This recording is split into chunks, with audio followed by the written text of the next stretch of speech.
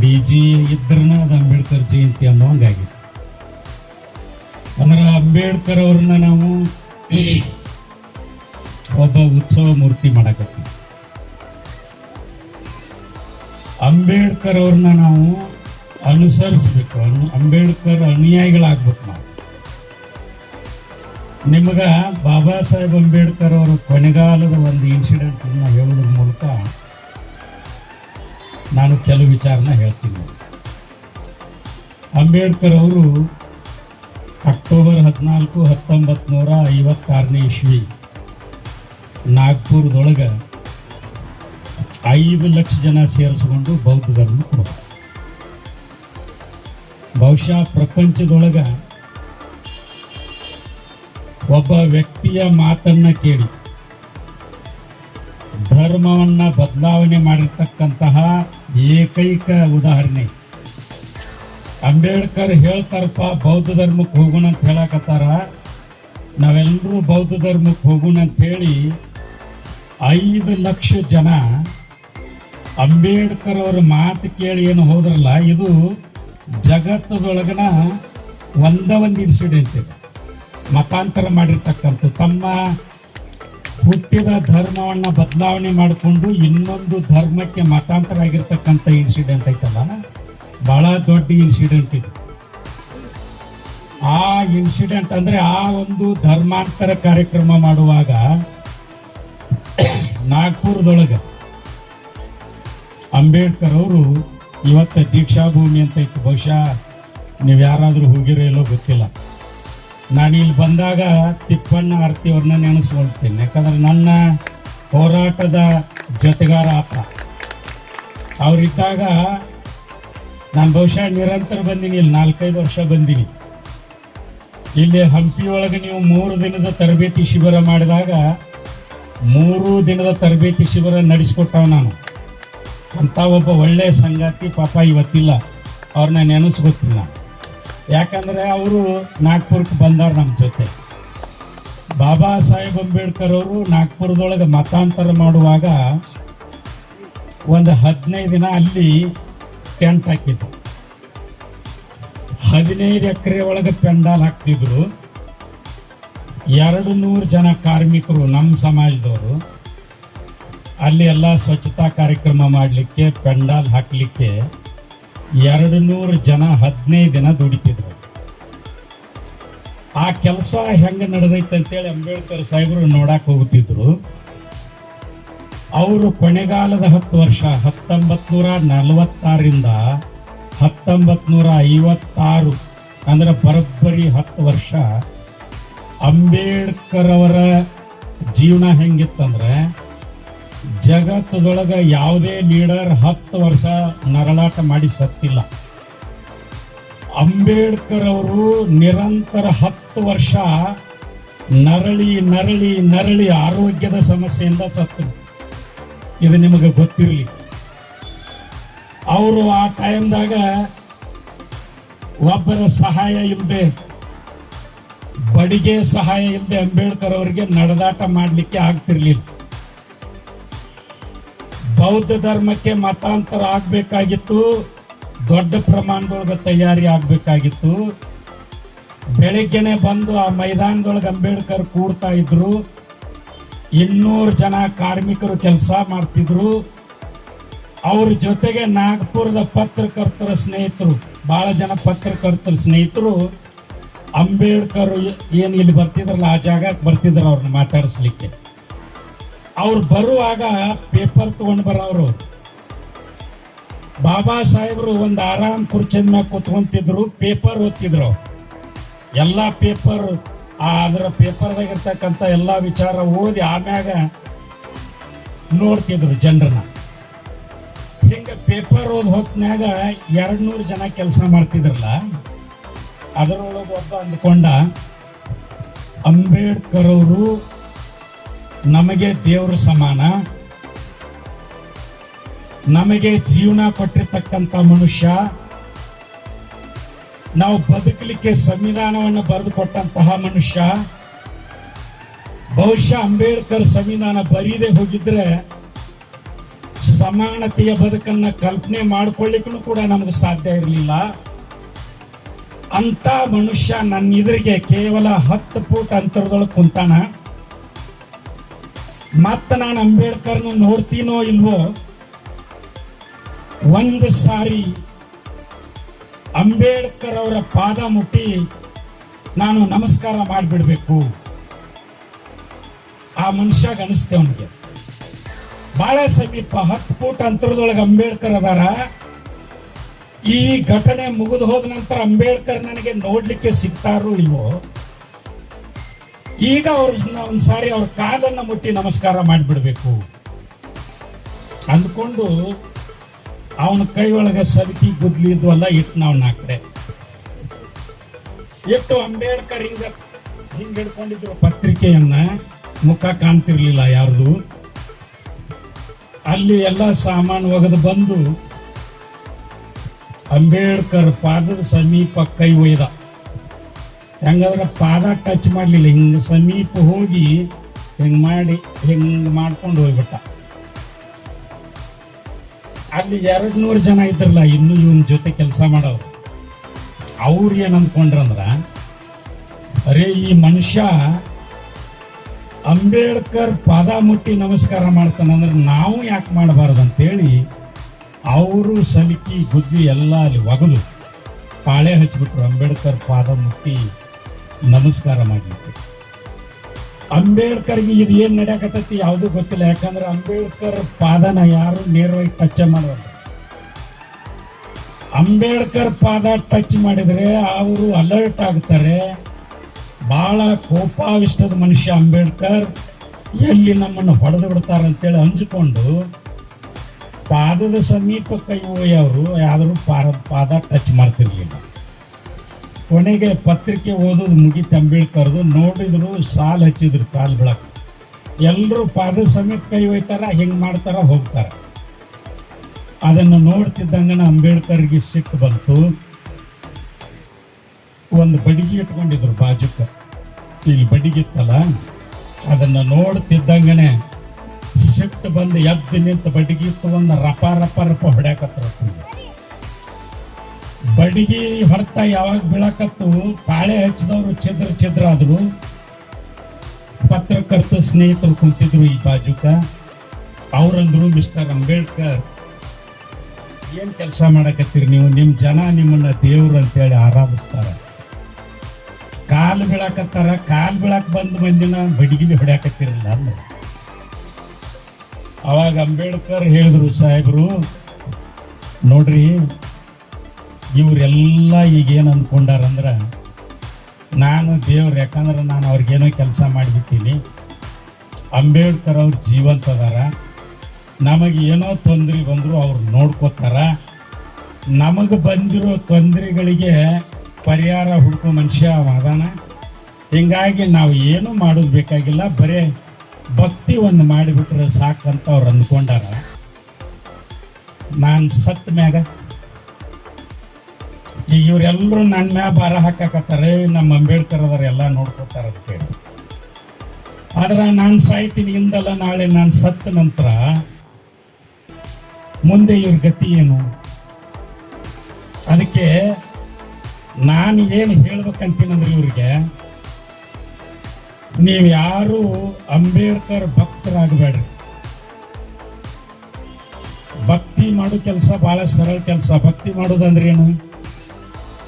ಗುಡಿ ಕಟ್ಸೋದು, ಅಲ್ಲಿ ಒಂದು ಮೂರ್ತಿ ಇಡೋದು, ಒಂದು ಸ್ಟ್ಯಾಚ್ಯೂ ಇಡೋದು, ಹಾರ ಹಾಕೋದು, ಊದುಬತ್ತಿ ಹಚ್ಚೋದು, ಆಮ್ಯಾಗ DJ ಹಚ್ಚೋದು, ಕೈ ಮ್ಯಾಗ ಎತ್ತೋದು, ಡ್ಯಾನ್ಸ್ ಇಡೋದು.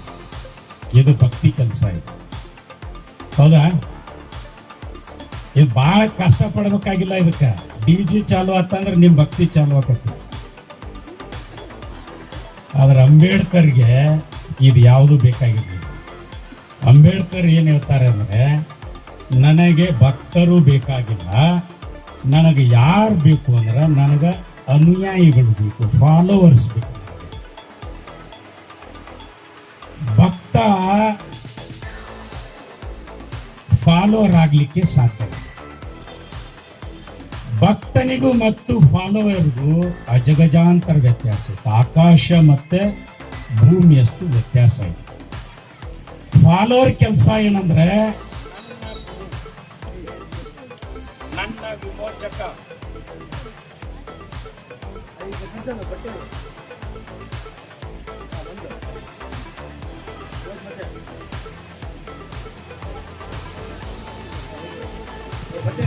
ಚಲೋ ಇದೆ, ಚಲೋ ಇದೆ. ನಮ್ಮ ಪ್ರತಿದಿನ ಕಾರ್ಯಕ್ರಮ ಇತ್ತು, ಒಂದಿಟ್ಟು ಗಂಟ್ಲಿಗೆ ತೊಂದರೆ ಆಗಿತ್ತು. ನಾವು ಹೊರಡಿ ಸರ್. ಅನುಯಾಯಿಗಳು ಏನ್ ಮಾಡ್ತಾರಂದ್ರ, ನನ್ನ ಗುರು ಏನು ಕೆಲಸ ಮಾಡ್ಬೇಕಂದಿದ್ರು ಆ ಕೆಲಸ ಪೂರ್ಣ ಆಗೈತೋ ಇಲ್ಲೋ, ಪೂರ್ಣ ಆಗಿಲ್ಲ ಅಂದ್ರೆ ಪೂರ್ಣ ಹೆಂಗ್ ಮಾಡುದು, ಹೆಂಗ್ ಮಾಡಕ ನನ್ನ ಗುರುಗಳು ಹೇಳ್ಯಾರ. ಇದನ್ನ ಲಕ್ಷ್ಯದಾಗ ಇಟ್ಕೊಂಡು ಫಾಲೋವರ್ಸ್ ಕೆಲಸ ಮಾಡ್ತಾರೆ. ನಾನು ನಿಮ್ಗೆ ಯಾಕೆ ಇದನ್ನ ಹೇಳಕತ್ತೀನಂದ್ರ, ಬಾಬಾ ಸಾಹೇಬರು ಇದ್ದಾಗಿಂದನೂ ಜಯಂತಿ ನಡೆಯಕತ್ತಾವ. ಅಂಬೇಡ್ಕರ್ ಜೀವಂತ ಇದ್ದಾಗಲೇ ಅವ್ರ ಬರ್ತ್ಡೇ ಕಾರ್ಯಕ್ರಮ ನಡೀತು. ಅವ್ರ 60ನೇ ಹುಟ್ಟು ಹಬ್ಬನ ಬಾಂಬೆದಾಗ ಪುರಂದರೆ ಕ್ರೀಡಾಂಗಣ ಅಂತ ಐತಿ. ಆ ಬಾಂಬೆದೊಳಗ ಪುರಂದರೆ ಕ್ರೀಡಾಂಗಣಕ್ಕೆ ನಾನು ಹೋಗೇನು, ರಗಡ್ ಸರಿ ಹೋಗಿ ಬಂದೇನೆ ಬಾಂಬೆ. ಅವ್ರ 60ನೇ ಹುಟ್ಟು ಹಬ್ಬದ ಕಾರ್ಯಕ್ರಮ ನಡೀತಾವತ್ತು. ಆ ಕಾರ್ಯಕ್ರಮದೊಳಗ ಬಾಬಾ ಸಾಹೇಬ್ರ ಆರೋಗ್ಯ ಸರಿ ಇಲ್ಲ, ಅವ್ರ ಆರೋಗ್ಯ ಸರಿ ಮಾಡ್ಕೊಳ್ಳಿಕ್ಕೆ ಅವರ ಫಾಲೋವರ್ಸ್ ಎಲ್ಲರೂ ಸೇರಿಕೊಂಡು 1,18,000 ರೂಪಾಯಿ ದುಡ್ಡು ಕಲೆಕ್ಷನ್ ಮಾಡಿ ಅದನ್ನು ಮೊದಲ ಒಂದು ಅಂಬೇಡ್ಕರ್ ಭವನ ಕಟ್ಟಬೇಕಂತೇಳಿ ಕಲೆಕ್ಷನ್ ಆಗುತ್ತೆ. ಆದ್ರೆ ಅಂಬೇಡ್ಕರ್ ಹೆಲ್ತ್ ಸರಿ ಇಲ್ಲ ಅಂತೇಳಿ ಗೊತ್ತಾದ ಮೇಲೆ ಅಂಬೇಡ್ಕರ್ ಭವನ ಆಮ್ಯಾಗ ಕಟ್ಟನು, ನಿಮ್ಮ ಹೆಲ್ತ್ ಸರಿಯಾಗಲಿ, ನೀವು ದವಾಖಾನೆಗೆ ತೋರಿಸ್ಕೊಡ್ರಿ ಅಂತೇಳಿ ಅವ್ರ ಅನುಯಾಯಿಗಳು 1,18,000 ದುಡ್ಡು ಕಲೆಕ್ಷನ್ ಮಾಡಿ ಅಂಬೇಡ್ಕರ್ ಕೊಡಕ್ಕೆ ಹೋದ್ರು. ಅಂಬೇಡ್ಕರ್ ಸಾಹೇಬರು ಅದನ್ನ ಮುಟ್ಲಿಲ್ಲ. ಹೊಟ್ಟೆಗೆ ಊಟ ಇಲ್ಲದೆ ನೀವೆಲ್ಲರೂ ಶ್ರಮಪಟ್ಟು ಬೆವರು ಹರಿಸಿ ಸಂಗ್ರಹ ಮಾಡಿರ್ತಕ್ಕಂಥ ದುಡ್ಡು, ಈ ದುಡ್ಡನ್ನ ನೀವು ಅಂಬೇಡ್ಕರ್ ಭವನ ಕಟ್ಟಬೇಕಂತೇಳಿ ಇದನ್ನ ಕಲೆಕ್ಟ್ ಮಾಡಿರಿ ಅಂದ್ರೆ ಅದನ್ನ ನನ್ನ ಆರೋಗ್ಯಕ್ಕೆ ಬಳಸ್ಕೊಳ್ಳಿಕ್ಕೆ ನನಗೆ ನಾಚಿಕೆ ಬರ್ತತೆ. ಈ ದುಡ್ಡನ್ನ ನಾನು ಯಾವುದೇ ಕಾರಣಕ್ಕೂ ಮುಟ್ಟೋದಿಲ್ಲ, ಇದನ್ನ ನೀವು ಅಂಬೇಡ್ಕರ್ ಭವನ ಕಟ್ಕೊಳ್ರಿ. ಆದ್ರೆ ಇವತ್ತು ನನ್ನ ಬರ್ತ್ಡೇ ಕಾರ್ಯಕ್ರಮದೊಳಗೆ ನನ್ನ ಕರ್ಕೊಂಡ್ಬಂದು ಕುಂದಿರಿಸಿ ಈ ಕಾರ್ಯಕ್ರಮ ಮಾಡಕತ್ತೀವಿ. ನನಗೆ ನನ್ನ ಜೀವನ ನೆನಪಾಗಕತ್ತತಿ. ಏನು ಜೀವನ ನೆನಪಾಗಕತ್ತತಿ ಅಂದ್ರೆ, ಈ ಸಿನಿಮಾದ ಪರದೆ ಮ್ಯಾಗ ಹೆಂಗ ಒಂದು ಸೀನ್ ಮುಗಿದ ತಕ್ಷಣ ಇನ್ನೊಂದು ಸೀನ್ ಬರ್ತಲ್ಲ, ಹಂಗ ನನ್ನ ಬಾಲ್ಯದಿಂದ ಹಿಡಿದು ಇಲ್ಲಿ ತನಕ ಎಲ್ಲ ಸೀನ್ಗಳು ನನಗೆ ನೆನಪಾದ. ನನ್ನ ಬಾಲ್ಯ ಹೆಂಗಿತ್ತಂದ್ರೆ, ನೀವೆಲ್ಲರೂ ಅಂದ್ಕೊಂಡಿರ್ಬೇಕು ಭಾಳ ಲಕ್ಸುರಿ ಆದ, ಏನು ಭಾಳ ಐಷಾರಾಮಿ ಜೀವನ ನಂದಿತ್ತು ಅಂತೇಳಿ ನೀವೇನಾದರೂ ತಿಳ್ಕೊಂಡಿದ್ರೆ ಅದು ತಪ್ಪು. ನಾನು ಭಾಳ ಆರ್ಡಿನರಿ ಹುಡುಗ ಆಗಿದ್ದೆ. ನನಗ ಯಾರೋ ಒಬ್ರು ಹೇಳಿದ್ರು, ಈ ಆಡು ಇಲ್ಲಿ ಕೊಳ್ಳಾಗ ಏನಂತಾರ, ಎರಡು ಕೊರಳು ಮಲ್ಲಿ ಅಂತಾರಲ್ಲ, ಆಡು ಅಂತ ಇರ್ತಾವ ಗೊತ್ತಾ ನಿಮ್ಗೆ? ಅದು ಇರ್ಲಾರ್ದ ಆಡು ಭಾಳ ಹಾಲು ಹಿಂಡತೈತಿ, ಅದು ಅದೃಷ್ಟದ ಆಡು, ಅದನ್ನು ಸಾಕ್ಬೇಕಂತ ಹೇಳಿದ್ರು. ನಾ ಸಾಲಿ ಬಿಟ್ಟು ಅಂತ ಆಡು ಸಾಕಕ್ಕೆ ಹೋಗುತ್ತಿದ್ದೆ. ಯಾರೋ ತೋಟಕ್ಕೆ ನೀರು ಹಾಸಕ್ಕೆ ಕರೆದ್ರೆ ನೀರು ಹಾಸಲಿಕ್ಕೆ ಹೋಗ್ತಿದ್ದೆ. ಯಾರದೋ ಮನೆ ಮುಂದಿನ ಕಟ್ಟಿಗೆಗಳನ್ನು ಒಡೆದು ಹಾಕ್ತಿದ್ದೆ. ಗೀಳು ಹಿಡಿದಾಗ ಗಿಡಮಂಗನ ಆಟ ಆಡ್ತಿದ್ವಿ. ಅವಾಗ ಪ್ಲೇಗ್ ರೋಗ ಬರ್ತಿತ್ತು ಭಾಳ ದೊಡ್ಡ ಪ್ರಮಾಣದಾಗ. ನಮ್ಮ ಉಡಾಳ್ತನ ನೋಡಿ ಆಜು ಬಾಜು ಮನಿದವ್ರು ಏನು ಹೇಳ್ತಿದ್ರಂದ್ರೆ, ಪ್ಲೇಗ್ ರೋಗ ಬಂದು ಭಾಳ ಜನ ಸಾಯಕತ್ತಾರ, ಅದರೊಳಗೆ ಇವ ಭೀಮೊಬ್ಬ ಯಾಕೆ ಸಾಯವಲ್ಲ ಅಂತೇಳಿ ಶಾಪ ಹಾಕ್ತಿದ್ರು ನನಗೆ. ಅಂತ ಆರ್ಡಿನರಿ ಲೈಫ್ ನಂದಾಗಿತ್ತು. ಇವತ್ತು ನೀವೆಲ್ಲರೂ ಸೇರಿ ನನ್ನ ಜಯಂತಿಯನ್ನು ನನ್ನ ಹುಟ್ಟು ಹಬ್ಬ ಮಾಡಕತ್ತೀರಿ ಅಂದ್ರೆ, ಇಂಥ ಗ್ರೇಟ್ ವ್ಯಕ್ತಿ ನಾ ಹೆಂಗಾದೆ. ಅಲ್ಲಿ ಎಲ್ಲಾ ಕಡೆ ಪ್ಲೇಗ್ ರೋಗ ಬಂದು ಸಾಯಕತ್ತಾರಲ್ಲ, ಹಂಗ ಇವನು ಸತ್ತು ಹೋಗ್ಲಿ ಅಂತೇಳಿ ನನಗೆ ಶಾಪ ಹಾಕ್ತಿದ್ರು. ಹಂಗ ಶಾಪ ಹಾಕಿಸ್ಕೊಂಡಂತ ಮನುಷ್ಯ ನಾನು. ಇವತ್ತು ಈ ಮಟ್ಟಕ್ಕೆ ನಾನು ಹೆಂಗ ಬೆಳೆದೆ? ಅದಕ್ಕೆ ನನಗ 3 ಗುರುಗಳ ಕಾರಣ, 3 ದೇವತೆಗಳು ಕಾರಣ ಅಂತ ಅಂಬೇಡ್ಕರ್ ಹೇಳಿದ್ರು.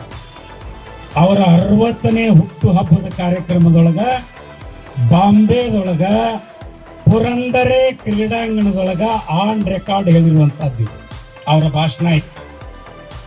ನಾನು ಇವತ್ತು ಎಲ್ಲರೂ ಗೌರವಿಸ್ತಕ್ಕಂಥ ವ್ಯಕ್ತಿ ನಾನು ಹೆಂಗಾದೆ? ಅದಕ್ಕೆ ಕಾರಣ ಎಲ್ರಿಗೂ ಒಬ್ಬೊಬ್ಬರು ಗುರುಗಳಿದ್ರೆ ನನಗೆ 3 ಜನ ಗುರುಗಳು. ನನ್ನ ಸುಪ್ರೀಮೋ ಗುರು ಗೌತಮ ಬುದ್ಧ. ಇವತ್ತು ನೀವು ಗೌತಮ ಬುದ್ಧರ ಜಯಂತಿನೂ ಕೂಡ ಬಾಬಾ ಸಾಹೇಬ್ರ ಜಯಂತಿ 2 ಸೇರಿ ಮಾಡಕತ್ತೀರಿ ನೀವು. ಅಂದ್ರೆ ನೀವು ಬರೀ ಅಂಬೇಡ್ಕರ್ ಒಬ್ಬರನ್ನ ಗೌರವಿಸ್ತಿಲ್ಲ. ಇವತ್ತು ಅಂಬೇಡ್ಕರ್ ಅವರ ಸುಪ್ರೀಮೋ ಗುರು, ನಂಬರ್ 1 ಗುರು ಗೌತಮ ಬುದ್ಧರನ್ನು ಕೂಡ ನೀವು ಇವತ್ತು ಗೌರವಿಸ್ತಾ ಇದ್ದೀರಿ. ಅವ್ರ ಜಯಂತಿಯನ್ನು ಕೂಡ ನೀವು ಮಾಡಕತ್ತೀರಿ. ನಂಬರ್ 2 ಎರಡನೇ ಗುರು ಸಂತ ಕಬೀರ. ನಂಬರ್ 3 ಮಹಾತ್ಮ ಜ್ಯೋತಿಬಾ ಫುಲೆ. ಇವರು 3 ಜನ ಗುರುಗಳು ನನಗೆ. 3 ಜನ ದೇವತೆಗಳದಾರ ಅಂದ್ರೆ ಅಂಬೇಡ್ಕರ್. ಆ 3 ಜನ ದೇವತೆಗಳು ಯಾರಂದ್ರೆ, ಬಹುಶಃ ನೀವು ಯಾವ ದೇವತೆನ ಪೂಜೆ ಮಾಡ್ತೀರಿ ಇಲ್ಲಿ? ಅವಾಗಳು ಭಾಳ ಜನ ಅದಿರಿ.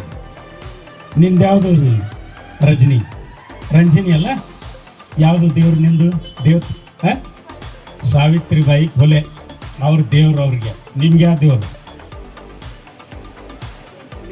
ಹುಲಿಗೆ ಇಲ್ಲ ಇಲ್ಲಿ ಯಾರಿಗೂ? ನೀವೆಲ್ಲರೂ ಹುಲಿಗೆ ಹೋಗೋಣ.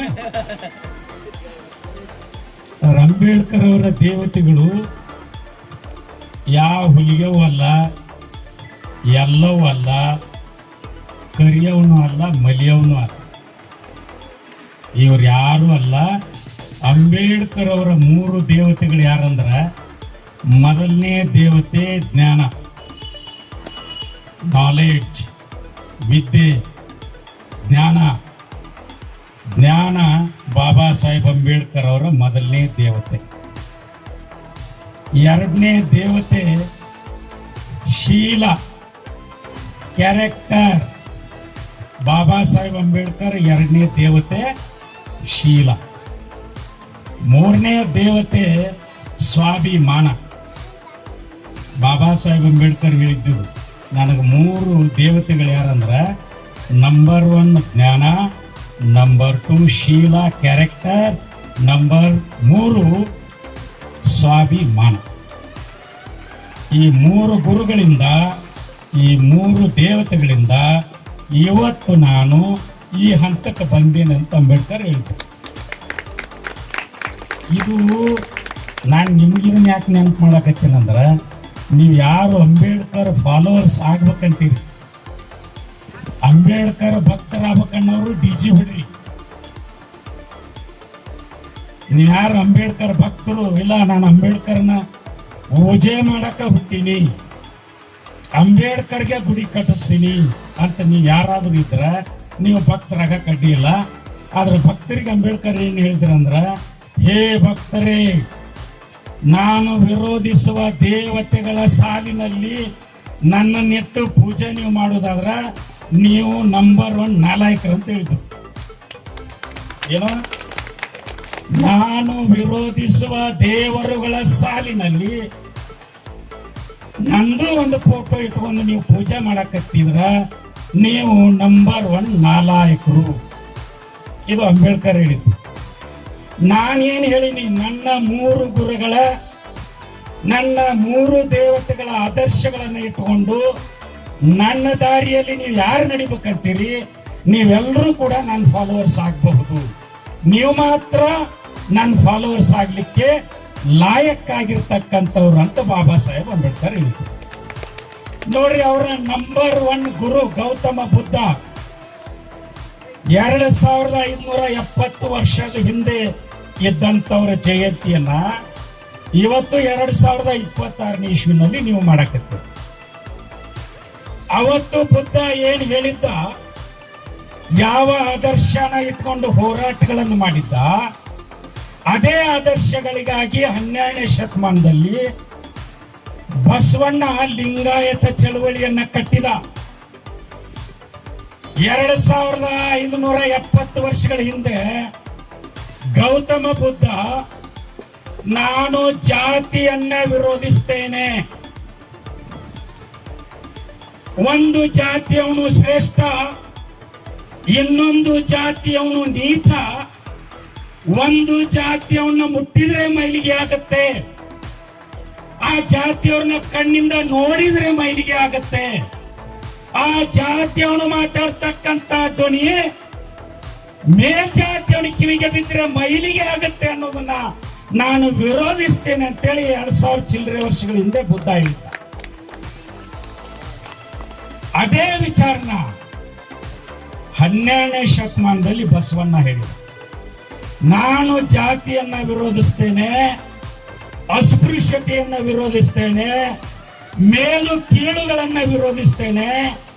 ಈ ಭೂಮಿ ಮೇಲೆ ಹುಟ್ಟಿರ್ತಕ್ಕಂಥವ್ರೆಲ್ಲರೂ ಅಣ್ಣ ತಮ್ಮಂದ್ರು, ಅವರು ಸಹೋದರ ತರ ಬದುಕಬೇಕು, ಎಲ್ರಿಗೂ ವಿದ್ಯೆ ಸಿಗಬೇಕು, ಎಲ್ರಿಗೂ ಅವಕಾಶಗಳಿರ್ಬೇಕು, ಅಂತಹ ಸಮಾಜವನ್ನ ಕಟ್ಟಬೇಕೆ ನಾನು ಪ್ರಯತ್ನ ಮಾಡ್ತೀನಿ ಅಂತ ಬುದ್ಧ ಹೇಳಿದ್ದ. ಅದೇ ಪ್ರಯತ್ನವನ್ನು 12ನೇ ಶತಮಾನದಾಗ ಬಸವಣ್ಣ ಮಾಡಿದ. ಅವರ ಎಲ್ಲ ಕನಸುಗಳನ್ನ ಅಂಬೇಡ್ಕರ್ ಅವರು ಭಾರತೀಯ ಸಂವಿಧಾನ ಬರೆಯುವುದರ ಮೂಲಕ ಕಾಯ್ದೆ ರೂಪದಲ್ಲಿ ಅದನ್ನ ಸಾಕಾರಗೊಳಿಸಿದ. ಬುದ್ಧ ನಾಸ್ತಿಕವಾದಿ. ಈಗೇನು ನೀವು ಇಷ್ಟೆಲ್ಲ ಗುಡಿ ಕಟ್ಟಿರಲ್ಲ, ಈ ಗುಡಿ ಕಟ್ಟೋದಕ್ಕೆ ಬುದ್ಧ ಹೇಳಿರಲಿಲ್ಲ. ಬಸವಣ್ಣನು ದೇವರುಗಳ ಗುಡಿ ಸಂಸ್ಕೃತಿಯ ವಿರೋಧಿ ಬಸವಣ್ಣ. ಬಸವಣ್ಣನ ಒಂದು ವಚನ ಐತಿ,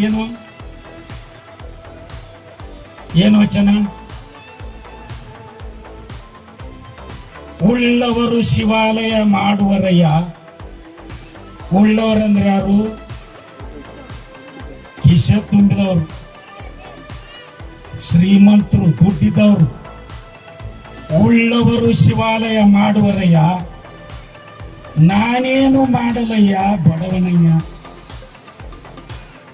ನಾನೇನು ಮಾಡಲಯ್ಯ ಬಡವನಯ್ಯ, ನನ್ನ ಕಾಲೇ ಕಂಬ,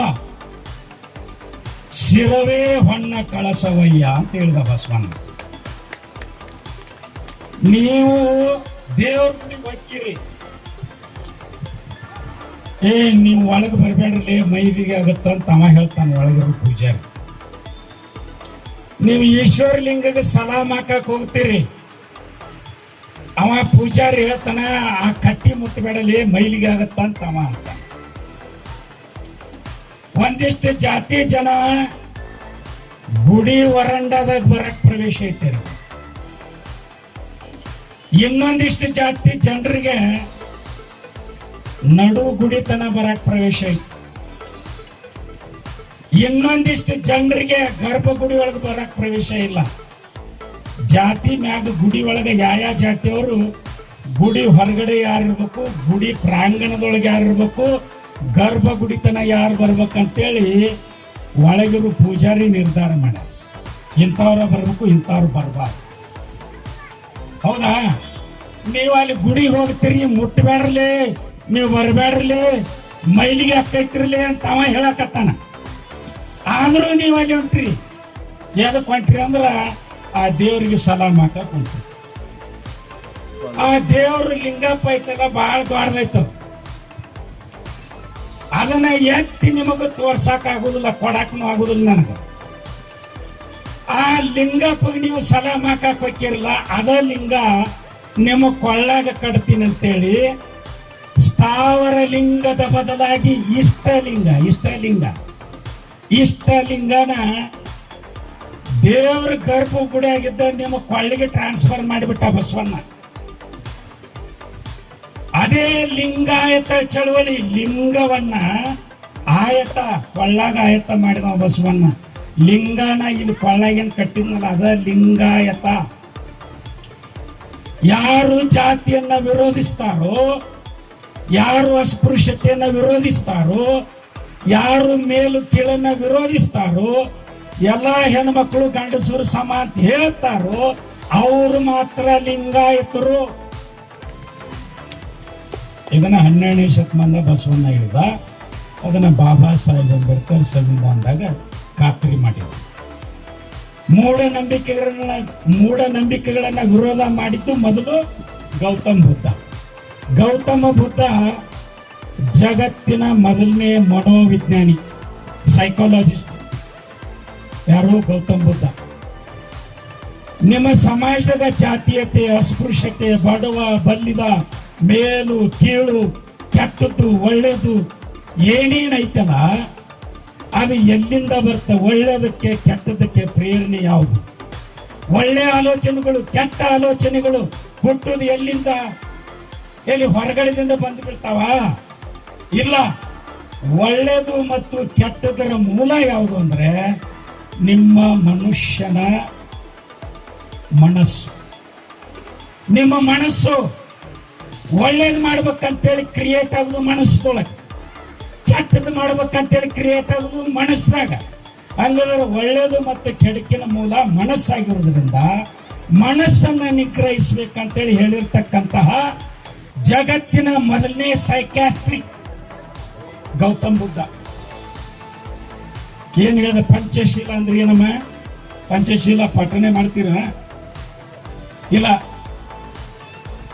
ಪಂಚಶೀಲ ಮತ್ತು ಅಷ್ಟಾಂಗ ಮಾರ್ಗಗಳ ಮೂಲಕ ಬರೀ ಭಾರತ ದೇಶ ಅಷ್ಟೇ ಅಲ್ಲ, ಪ್ರಪಂಚದ ಎಲ್ಲಾ ದೇಶಗಳಿಗೆ ಬೌದ್ಧ ಧರ್ಮ ಹೋತು. ಪ್ರಪಂಚದ ಎಲ್ಲಾ ಮೂಲೆನಲ್ಲಿ ಅಶೋಕ ಚಕ್ರವರ್ತಿಯ ಮೂಲಕ ಬೌದ್ಧ ಧರ್ಮ ಹೊರಗಡೆ ಹೋತು. ಪಂಚಶೀಲ ಅಂದ್ರೇನು? 5 ಪಂಚಶೀಲ ಗೊತ್ತಾ ನಿಮ್ಗ? ನೀವು ಬುದ್ಧನ ಜಯಂತಿ ಇವತ್ತು ಮಾಡಾಕತ್ತೀರಿ ಅಂದ್ರ ಬುದ್ಧ ಏನ್ ಹೇಳಾನ ಅಂತ ತಿಳ್ಕೊಬೇಕಲ್ಲ. ಪಂಚಶೀಲ ಇವತ್ತು ತಿಳ್ಕೊಡ್ರಿ, ಯಾಕಂದ್ರೆ ಬುದ್ಧಂದ ಹೇಳ್ಬೇಕಾದ್ರೆ ನಿಮಗೆ ಇಡೀ ಒಂದು ದಿನ ಸಾಲೋದಿಲ್ಲ. ಅಷ್ಟು ನಾ ಇಲ್ಲಿ ಹೇಳಕ್ ಹೋಗುದಿಲ್ಲ ನಿಮ್ಗೆ. ನೀವು ಬುದ್ಧ ಜಯಂತಿ ಮಾಡಾಕತ್ತೀರಿ ಅಂದ್ರ ಬುದ್ಧ ಹೇಳಿರುವಂತ ಪಂಚಶೀಲ ಮತ್ತೆ ಅಷ್ಟಾಂಗ ಮಾರ್ಗ ಇವೆರಡೂ ನಿಮಗೆ ಅರ್ಥ ಆದ್ರೆ ಬಾಬಾ ಸಾಹೇಬ್ ಅಂಬೇಡ್ಕರ್ ಅರ್ಥಕ್ಕಾರ ನಿಮ್ಗೆ. ಪಂಚಶೀಲ ಅಂದ್ರೆ ಏನ್ ಹೇಳ್ರಿ? ಇಲ್ಲಿ ಒಂದ್ಸರಿ ಬುದ್ಧ ಸರ್ಕಲ್ ಇನಾಗ್ರೇಷನ್ ಬಂದಿದ್ದೆ ನಾನು. ಬುದ್ಧ ವಿಹಾರ ಐತಿ ಈಗಲೇ ಐತಿ. ಮತ್ ಬುದ್ಧನ ಕಾರ್ಯಕ್ರಮ ಮಾಡ್ತೀರಿ, ಪಂಚಶೀಲ ಗೊತ್ತಿಲ್ಲ ಯಾರಿಗೂ?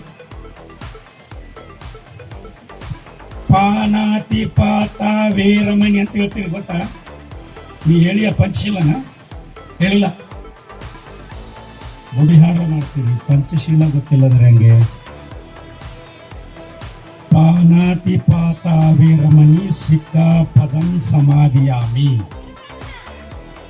ಅದಿನ್ನದಾನ ವೇರಮಣಿ ಸಿಕ್ಕಾ ಪದಂ ಸಮಾಧಿಯಾಮಿ. ಮಾಸವಾದ ವೇರಮಣಿ ಸಿಕ್ಕಾ ಪದಂ ಸಮಾಧಿಯಾಮಿ. ಕಾಮೇಶು ಮಿಚ್ಛಾಚಾರ ವೇರಮಣಿ ಸಿಕ್ಕಾ ಪದಂ ಸಮಾಧಿಯಾಮಿ. ಸುರಾಮೇರಯ ಮಜ್ಜಪಮಾದಕ್ತಾನ ವೇರಮಣಿ ಸಿಕ್ಕಾ ಪದಂ ಸಮಾಧಿಯಾಮಿ. ಪಾನಾತಿ ಪಾತ ವೇರಮಣಿ ಅಂದ್ರೆ ಹಿಂಸೆಯನ್ನ ಮಾಡೋದಿಲ್ಲ, ಸುಳ್ಳು ಹೇಳೋದಿಲ್ಲ, ಕಳ್ಳತನ ಮಾಡೋದಿಲ್ಲ, ಸೆರೆ ಕುಡಿಯೋದಿಲ್ಲ, ವ್ಯಭಿಚಾರ ಮಾಡೋದಿಲ್ಲ. ಏನ್ರಿ? ಸುರ ಮೇರಯ ಮಜ್ಜ, ಎಣ್ಣೆ ಹೊಡಿಯೋದಿಲ್ಲ ಅಂತ ಅರ್ಥ. ಎಣ್ಣೆ ಹೊಡಿಬಾರ್ದು. ಇವು ಪಂಚಶೀಲ. ಅಷ್ಟಾಂಗ ಮಾರ್ಗ ಅಂದ್ರ ನಮ್ಮ ಆಲೋಚನೆ, ನಮ್ಮ ನೋಟ, ನಮ್ಮ ಬುದ್ಧಿ ಇದೆಲ್ಲ ಸರಿಯಾಗಿರ್ಬೇಕು. ಗೌತಮ ಬುದ್ಧರ ಧರ್ಮಕ್ಕೆ ಯಾಕೆ ಬಾಬಾ ಸಾಹೇಬ್ ಅಂಬೇಡ್ಕರ್ ಕರ್ಕೊಂಡು ಹೋದ್ರು ಅಂದ್ರೆ ಇವತ್ತಿನ ಎಲ್ಲಾ ಧರ್ಮಗಳಲ್ಲಿ ಬಹಳ ವೈಜ್ಞಾನಿಕವಾದಂತ ಧರ್ಮ, ಜಾತಿ ಭೇದಗಳನ್ನ ಧಿಕ್ಕರಿಸಿರ್ತಕ್ಕಂಥ ಧರ್ಮ, ಅದು ನಿಜವಾದ ಮನುಷ್ಯ ಧರ್ಮ ಅಂತೇಳಿ ಅಂಬೇಡ್ಕರ್ ನಮ್ಮನ್ನ ಅಲ್ಲಿಗೆ ಕರ್ಕೊಂಡು ಹೋದ್ರು. ಅದಕ್ಕೆ ಇವತ್ತು ಬುದ್ಧ ಜಯಂತಿನ ಮಾಡಾಕತ್ತೀರಂದ್ಮೇಲೆ ನೀವು ನಾ ಹೇಳಿದ್ನಲ್ಲ, ಈ ಪಂಚಶೀಲದೊಳಗ ಯಾರ್ಯಾರು ಎಣ್ಣೆ ಹೊಡೆಯವ್ರದ್ರಿ, ವಾರದಾಗ 1 ಕ್ವಾರ್ಟರ್ ಕುಡಿಯೋರು, ಅಥವಾ ದಿನಕ್ಕೆ 1 ಕ್ವಾರ್ಟರ್ ಕುಡಿಯೋರು, ಅಥವಾ ದಿನಕ್ಕೆ 2 ಕ್ವಾರ್ಟರ್ ಕುಡಿಯೋರು. ಇವತ್ತೊಂದು ಪ್ರತಿಜ್ಞೆ ಮಾಡ್ರಿ, ಏನಂದ್ರೆ ಯಾಕಂದ್ರೆ ಬರೀ ಜಯಂತಿ ಆಚರಣೆ ಮಾಡೋದು ಯೂಸ್ ಇಲ್ಲ. ಇವತ್ತು ಜಯಂತಿ ಹೆಂಗಾಗ್ಯಾವಂದ್ರೆ ನಿಮ್ಮ ಊರಾಗಿಂದ ಹಿಡಿದು ಪಾರ್ಲಿಮೆಂಟ್ ತನೂ ಜಯಂತಿಗಳಾಗ್ತವೆ. ಈಗ ಎಲ್ಲ ಸರ್ಕಾರಿ ಕಚೇರಿಗಳಲ್ಲಿ, ಖಾಸಗಿ ಕಚೇರಿಗಳಲ್ಲಿ, ಹಳ್ಳಿಗಳಲ್ಲಿ, ಗಲ್ಲಿಗಳಲ್ಲಿ 75 ವರ್ಷ ಆಯ್ತು ಅಂಬೇಡ್ಕರ್ ಜಯಂತಿ ಮಾಡಕತ್ತೀವಿ. ಆದ್ರೆ ಇಂಪ್ಲಿಮೆಂಟೇಷನ್ ಇಲ್ಲ. ಅಂಬೇಡ್ಕರ್ನ ಅನುಸರಿಸಕ್ ತಯಾರಿಲ್ಲ, ನಾವು ಬುದ್ಧನನ್ನು ಅನುಸರಿಸಕ್ ತಯಾರಿಲ್ಲ. ಬರೀ ವಿಚಾರ ಮಾತಾಡ್ತೀವಿ, ಅವತ್ತೊಂದಿನ ಮಾತಾಡ್ತೀವಿ, ಅವತ್ತೊಂದಿನ ಪೂಜೆ ಮಾಡ್ತೀವಿ, ಮತ್ತೆ ಏಪ್ರಿಲ್ 14ಕ್ಕೆ ವಾಪಸ್ ಹೊರಗೆ ಬರ್ತೀವಿ. ಯಾರು ಇಂಪ್ಲಿಮೆಂಟೇಷನ್ ಇಲ್ಲ. ಅದಕ್ಕೆ ನಾ ಏನು ಹೇಳಕತ್ತೀನಿ, ಇವತ್ತ ಈ ಪಂಚಶೀಲದೊಳಗ ನೀವು 1-2-3 ಬಿಡಾಕ್ ಟ್ರೈ ಮಾಡ್ರಿ. ಏನು ಎಣ್ಣೆ ಹೊಡೆಯೋದಿಲ್ಲ, ಬುದ್ಧನ ಪ್ರಮಾಣ ಮಾಡ್ತೀನಿ, ಅಂಬೇಡ್ಕರ್ ಪ್ರಮಾಣ ಮಾಡುತ್ತೀನಿ, ಹೇಳ್ತೀನಿ. ನಾನು ಸುರ ಮೇರಯ ಮಜ್ಜ ಪ್ರಮಾದಠಾನ ವೇರಮಣಿ ಸಿಕ್ಕಾಪದಂ ಸಮಾಧಿಯಾಮಿ, ಇದಕ್ಕೆ ನಾನು ಬದ್ಧ ಆಗಿರ್ತೇನೆ ಅಂತ ಹೇಳ್ಬೇಕು. ಎಣ್ಣೆ ಹೊಡೆಯೋದನ್ನ ಇವತ್ತಿಂದ ಬಿಡ್ತೀನಿ. ಮತ್ತು ಮುಂದಿನ ವರ್ಷ ಮತ್ತೊಂದು ಬಿಡ್ರಿ. ಏನೇನು ಕೆಟ್ಟ ಚಟಗಳದಾವ ಇದನ್ನ ಬಿಟ್ಕೊತ ಹೋಗ್ರಿ. ಅಂದ್ರೆ ನೀವು ಬುದ್ಧಿಗೆ ರೆಸ್ಪೆಕ್ಟ್. ಬಾಬಾ ಸಾಹೇಬ್ ಅಂಬೇಡ್ಕರ್ ಅವರು ಅವರ ಎಜುಕೇಶನ್ ಅದೆಲ್ಲ ನಿಮಗೆ ಗೊತ್ತು. ಅವರು ಸತಾರದೊಳಗ ಪ್ರೈಮರಿ ಎಜುಕೇಶನ್ ಪ್ರಾರಂಭ ಆಗಿ ಬಾಂಬೆದೊಳಗೆ ಓದಿದ್ರು, ಅಮೇರಿಕಾ ದೇಶದಲ್ಲಿ ಓದಿದ್ರು, ಲಂಡನ್ದಲ್ಲಿ ಓದಿದ್ರು, ಜರ್ಮನ್ದಲ್ಲಿ ಓದಿದ್ರು, 4 PhD ಮಾಡಿಕೊಂಡ್ರು, 32 ಡಿಗ್ರಿಗಳನ್ನು ಪಡ್ಕೊಂಡ್ರು. ಜಗತ್ತಿನಲ್ಲಿ ಈಗಲೂ ಕೂಡ ಅಂಬೇಡ್ಕರ್ ರೆಕಾರ್ಡನ್ನು ಮುರಿಲಿಕ್ಕೆ ಯಾರಿಗೂ ಕೂಡ ಸಾಧ್ಯ ಆಗಿಲ್ಲ. ಅಷ್ಟು ಓದನ್ನ ಓದಿದ್ರು. ಅಂಬೇಡ್ಕರ್ ಯಾವಾಗಲೂ ಹೇಳ್ತಿದ್ರು, ನಾನು ಓದುವಂತಹ ಕೋಣೆ, ನಾನು ಮಲಗುವಂತಹ ಕೋಣೆ, ಅದೇ ನನ್ನ ಓದುವ ಕೋಣೆ, ನನ್ನ ಸಮಾಧಿನೂ ಕೂಡ ಅದೇ ಆಗುತ್ತೆ ಅಂದಿದ್ರು. ನಾನು ಓದುವ ಕೊಠಡಿ ನನ್ನ ಸ್ಮಶಾನ ಆಗುತ್ತೆ ಅಂತ ಹೇಳಿದ್ರು ಅಂಬೇಡ್ಕರ್. ಸಾಯುವಾಗಲೂ ಕೂಡ ಅಂಬೇಡ್ಕರ್ ಓದ್ಕೊಂತನ ಸತ್ತು. ಇದು ಒಂದು ಮೆಸೇಜ್ ತಿಳ್ಕೊರಿ ನೀವು. ಅಂಬೇಡ್ಕರ್ ಯಾವಾಗಲೂ ಹೇಳ್ತಿದ್ರು, ನಾನು ಓದುವ ಕೊಠಡಿನೇ ಸಮಾಧಿ ಅಂತೇಳಿ. ಅಂಬೇಡ್ಕರ್ ತೀರ್ಕೊಂಡಾಗ ಅವರ ಎದೆ ಮೇಲೆ, ಅವರ ತಲೆ ಹತ್ತಿರ, ಅವರ ಕೈಗಳ ಹತ್ತಿರ ಪುಸ್ತಕಗಳಿತ್ತು.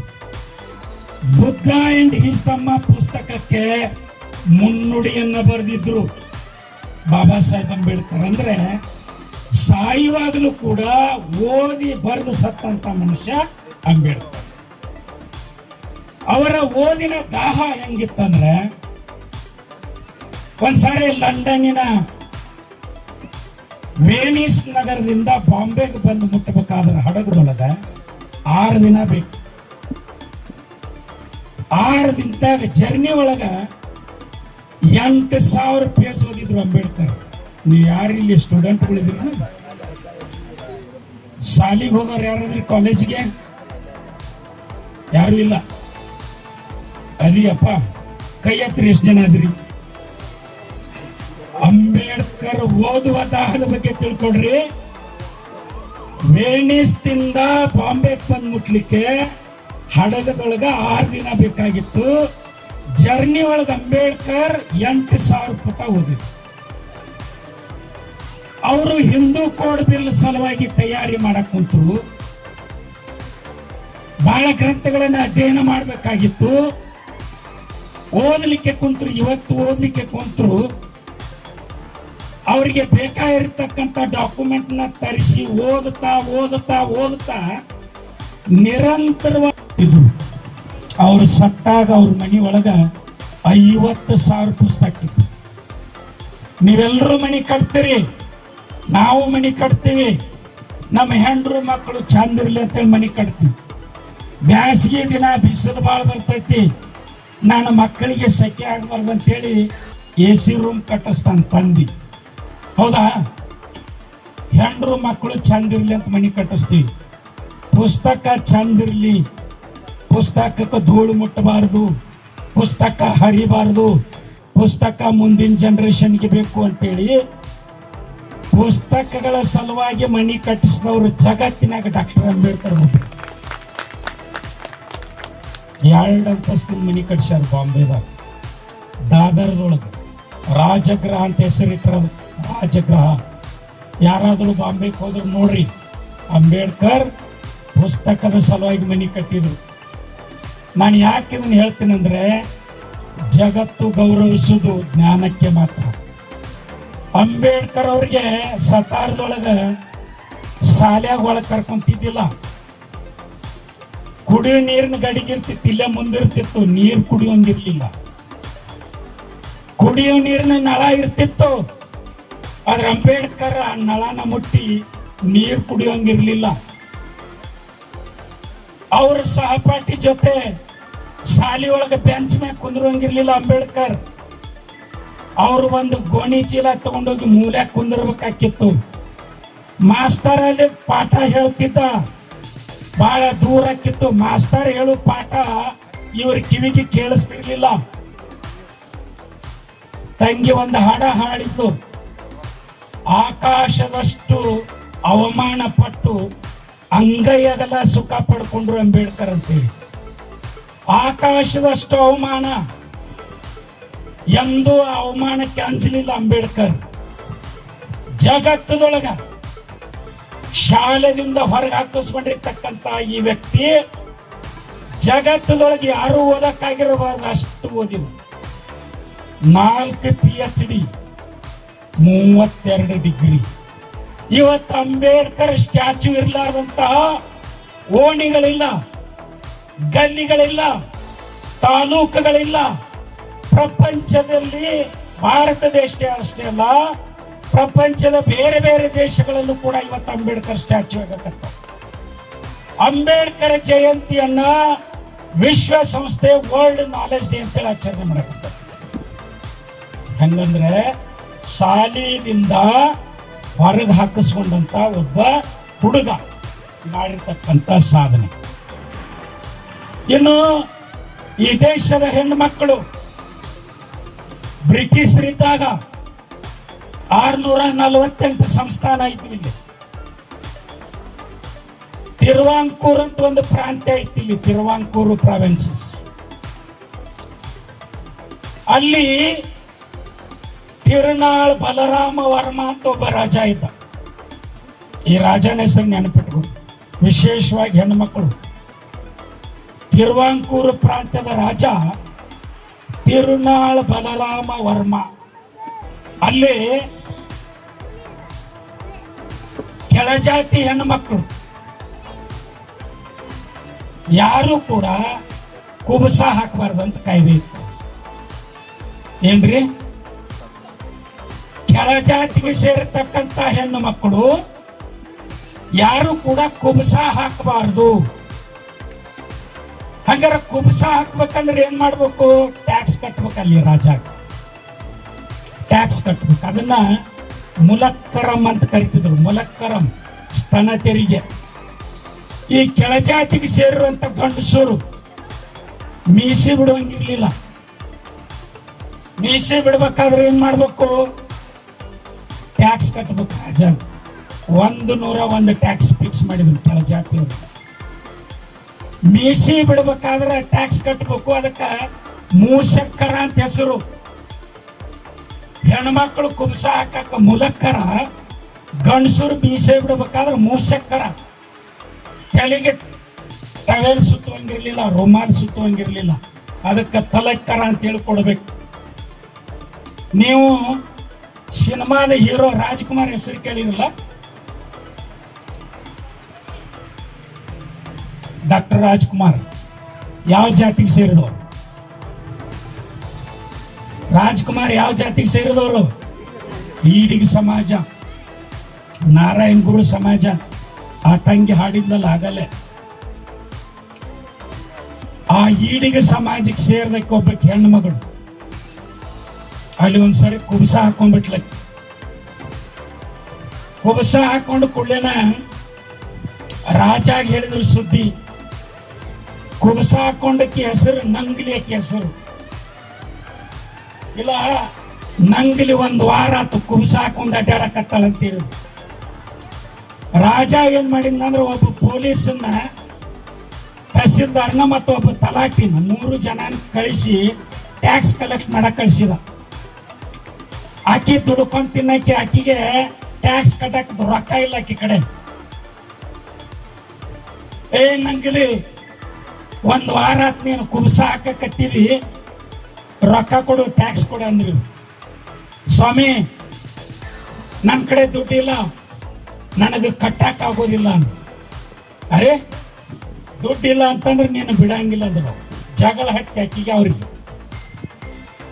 ಜಗಳ ಹತ್ತಿದ ಮ್ಯಾಗ ಆಕಿ ಏನ್ ಮಾಡಿದ್ದು, ಒಂದು ಚೂಪನ್ ಕುಡ್ಗೋಲ್ ತಗೊಂಡು, 2 ಕಡೆ ಬಹಳ ಹರಿತಿತ್ತ ಆ ಕುಡ್ಗೋಲ್. ಆ ಕುಡ್ಗೋಲ್ ತಗೊಂಡ್ ಆಕಿ ಏನ್ ಮಾಡಿಲ್ಲ ಅಂದ್ರ, ಏನ್ ಮಾಡಿರ್ಬೋದು ಆಕಿ? ನಿಮ್ಗೇನ್ ಅನ್ಸುತ್ತ? ಇವ್ರು ಕೇಳಾಕ್ ಬಂದವ್ರು ತಲೆ ಕಡ್ದಂತ ಮಾಡಿರಿ. ಯಾರ್ದು ತಲೆ ಕಡಿಲಿಲ್ಲ.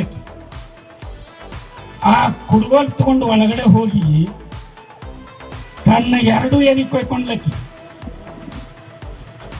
ತನ್ನ 2 ಎದಿ ಕೊಯ್ಕೊಂಡು ಹಸಿ ಬಾಳಿ ಎಲಿ ಒಳಗೆ ಸುತ್ತಿಲ್ಲ, ಸುತ್ತಿ ತಲಾಟಿ ಕೈಯ ಕೊಟ್ಲು. ಸ್ವಾಮಿ 1 ವಾರ ಕುಬಸ ಹಾಕೊಂಡೇನಲ್ಲ, 1 ವಾರದ ಟ್ಯಾಕ್ಸ್ ಕಟ್ಟಾಕ ನನ್ನ ಕಡೆ ದುಡ್ಡಿಲ್ಲ, ಅದಕ್ಕೆ ನನ್ನ ಎದಿ ಕೊಯ್ದು ಕೊಟ್ಟಿನಿ, ಇದನ್ನ ಟ್ಯಾಕ್ಸ್ ಅಂತೇಳಿ ನಿನ್ ರಾಜ ಕಟ್ಟಂದು. 2 ಎದಿ ಕೊಯ್ಕೊಂಡದಕ್ಕ ಬ್ಲೀಡಿಂಗ್ ಆಗಿ ಸತ್ತೋದ್ನು. ದೊಡ್ಡ ಕ್ರಾಂತಿ ಆತಲ್ಲಿ. ಈ ದೇಶದ ಕೆಳಜಾತಿಯ ಹೆಣ್ಣು ಮಕ್ಕಳಿಗೆ ಮೈ ತುಂಬಾ ಬಟ್ಟೆ ಹಾಕೊಳ್ಳಿಕ್ಕೆ ಬಿಡದೆ ಇರ್ತಕ್ಕಂತ ದೇಶ ಇದು, ಅಂತ ಸಮಾಜ ಇದು.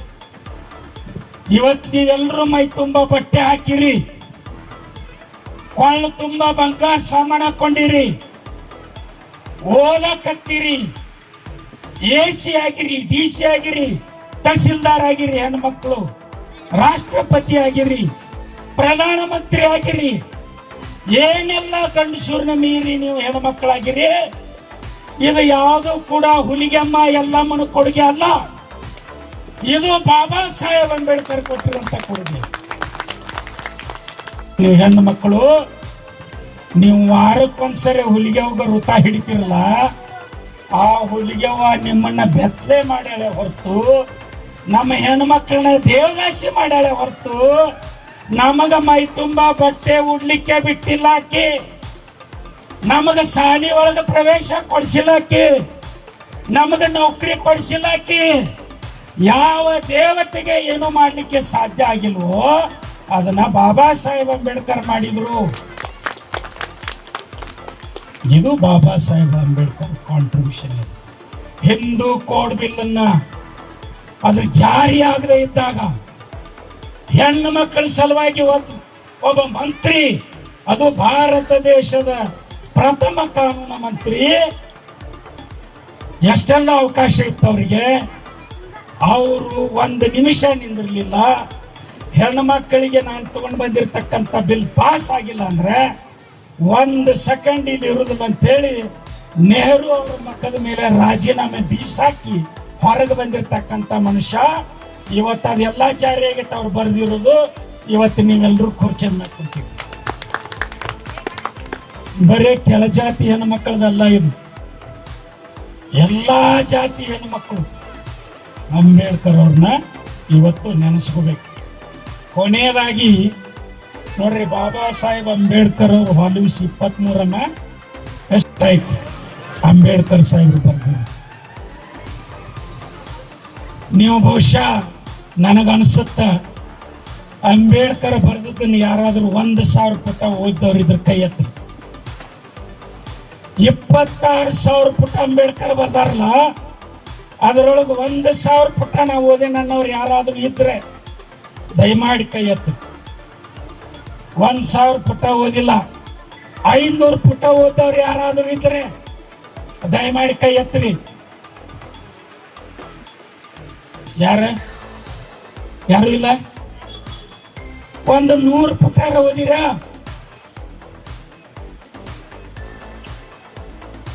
ವೇಸ್ಟ್. ಅಂಬೇಡ್ಕರ್ ಬರ್ದಿದ್ದು ವೇಸ್ಟ್ ಅನ್ನೋಣ ಅಥವಾ ನೀವು ಹುಟ್ಟಿನ ವೇಸ್ಟ್ ಅನ್ನೋಣ? 26,000 ಪುಟ ಯಾರಿಗೆ ಬರೆದ್ರು ಅಂಬೇಡ್ಕರ್? ಯಾರ ಸಲುವಾಗಿ ಬರೆದ್ರು? ನಮ್ಮ ಸಲುವಾಗಿ ಬರೆದ್ರು. ನಾವು ಪುಸ್ತಕ ನೋಡಂಗಿಲ್ಲ, ಜಯಂತಿ ಅಷ್ಟೇ ಮಾಡ್ತೀವಿ. ನಾವು ಅಂಬೇಡ್ಕರ್ ಜಯಂತಿ ಅಷ್ಟೇ ಮಾಡ್ತೀವಿ, ಪುಸ್ತಕ ಓದೋದು ಬೇಡ.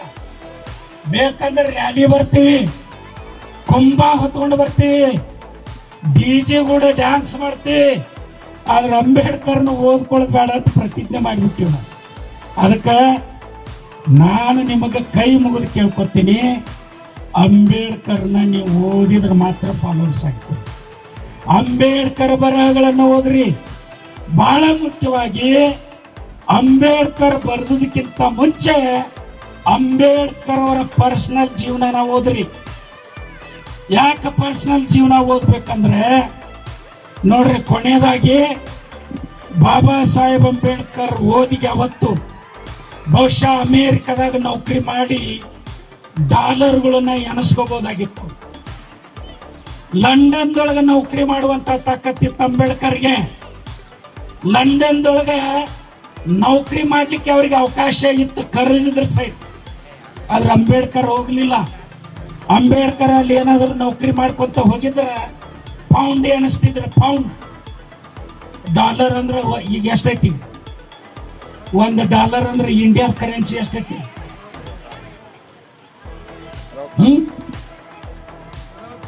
70 ರೂಪಾಯಿ. 97. $1 ಅಂದ್ರೆ ಅಮೇರಿಕಾದ $1 ಅಂದ್ರೆ ನಾವು ಇಂಡಿಯಾದಾಗ 97 ರೂಪಾಯಿ ಕೊಡಬೇಕು. ಅಂಬೇಡ್ಕರ್ ಅವರು, ನೀವು ಲೆಕ್ಕ ಹಾಕೋರಿ ಇದನ್ನ, ಅಂದ್ರೆ ಇದು ವ್ಯಾಲ್ಯೂಯೇಷನ್. ಅಂಬೇಡ್ಕರ್ ಇದ್ರಾಗ ಅಮೇರಿಕಾದಾಗಿದ್ದರೆ ಡಾಲರ್ ಎಣಿಸ್ತಿದ್ರು, ಇಂಗ್ಲೆಂಡ್ನಾಗಿದ್ರೆ ಪೌಂಡ್ ಮ್ಯಾಗ ಪೇಮೆಂಟ್ ತಗೋತಿದ್ರು. ಆದ್ರೆ ಅಂಬೇಡ್ಕರ್ ಏನಿದ್ರು ಅಂದ್ರೆ, ನಾನು ನನ್ನ ಸಮಾಜದ ಸಲುವಾಗಿ ಕೆಲಸ ಮಾಡ್ತೀನಿ ಅಂತ ಇಂಡಿಯಾಕ್ಕೆ ಬಂದ. 32 ಡಿಗ್ರಿ ಓದಿದ್ರು, 4 PhD ಇದ್ದು, ನೌಕರಿ ಹೋಗ್ಲಿಲ್ಲ. ಮುಟ್ಟಿದ್ರೆ ಮೈಲಿಗೆ ಆಗತ್ತೆ, ನೋಡಿದ್ರೆ ಮೈಲಿಗೆ ಆಗತ್ತೆ. ಊರು ಹೊರಗಡೆ ಇರ್ಬೇಕು. ಇವ್ರು ಶಾಲೆ ಕಲಿಬಾರ್ದು, ಇವರಿಗೆ ಜಮೀನು ಇರಬಾರ್ದು, ಒಳ್ಳೆ ಬಟ್ಟೆ ಹಾಕೋಬಾರ್ದು, ಕೆರೆ ಬಾಯಿ ಒಳಗೆ ನೀರು ಕುಡಿಬಾರ್ದು. ನೀರು ಹಿಂಗ ಬಹಿಷ್ಕೃತಗೊಂಡಿರ್ತಕ್ಕಂಥ ಜನರಿಗೆ ನಾನು ಜೀವನ ಕೊಡ್ತೀನಿ ಅಂತೇಳಿ ಅಂಬೇಡ್ಕರ್ ಹೋರಾಟಕ್ಕೆ ಬಂದರು ನಮ್ಮ ಸಲುವಾಗಿ. ಹೌದಾ? ಹೋರಾಟನ ಮಾಡಿದ್ರು. ಅವ್ರ ಮನೆ ಪರಿಸ್ಥಿತಿ ಹೆಂಗಿತ್ತು ಅಂದ್ರೆ, ಅವ್ರ ಹೆಂಡತಿ ರಮಾಬಾಯಿ, ಅಂಬೇಡ್ಕರ್ ಅವರು ಬ್ಯಾರಿಸ್ಟರ್ ಓದಿದ್ರು. ಅವ್ರ ಹೆಂಡತಿ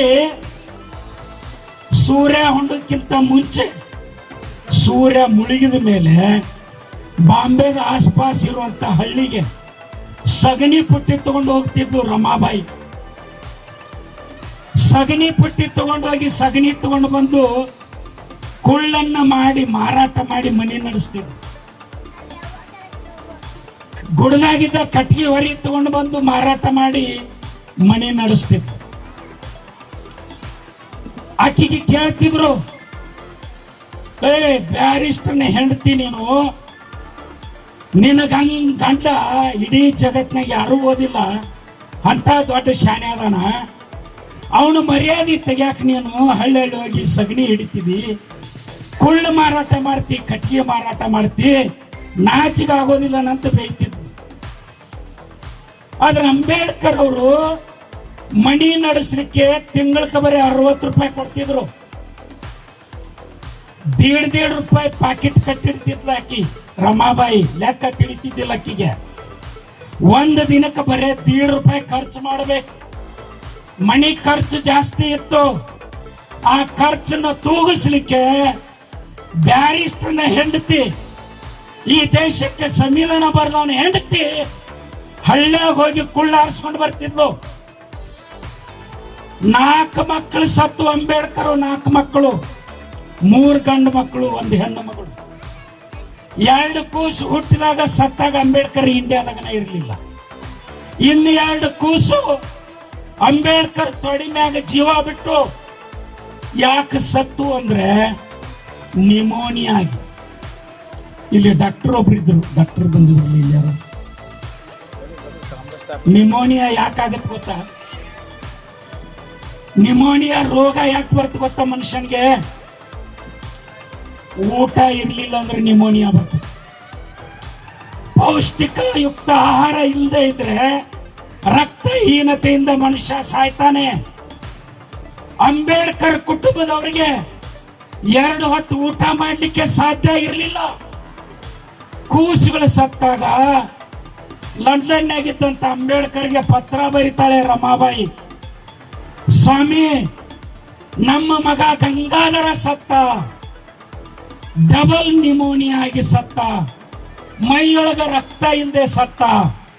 ಅದಕ್ಕೆ ನಮ್ಮ ಮಗ ಸತ್ತಾನಂತೇಳಿ ನೀವು ಚಿಂತೆ ಮಾಡಬೇಡ್ರಿ, ಓದೋದು ಬಿಡಬೇಡ್ರಿ. ಜಗತ್ತಿನಾಗ ಕೋಟ್ಯಾಂತರ ಜನ ಈ ದೇಶದೊಳಗ ನಮ್ಮ ಸಮಾಜದ ಮಕ್ಕಳಿಗೆ ಊಟ ಇಲ್ಲ, ಅವ್ರಿಗೆ ಬಟ್ಟೆ ಇಲ್ಲ, ಅವರಿಗೆ ಓದಲಿಕ್ಕೆ ಅವಕಾಶ ಇಲ್ಲ. ಅದನ್ನ ನಿಮ್ಮ ಕಡೆದಿಂದ ಮಾಡಿಸ್ಕೊಡಕ್ ಸಾಧ್ಯ.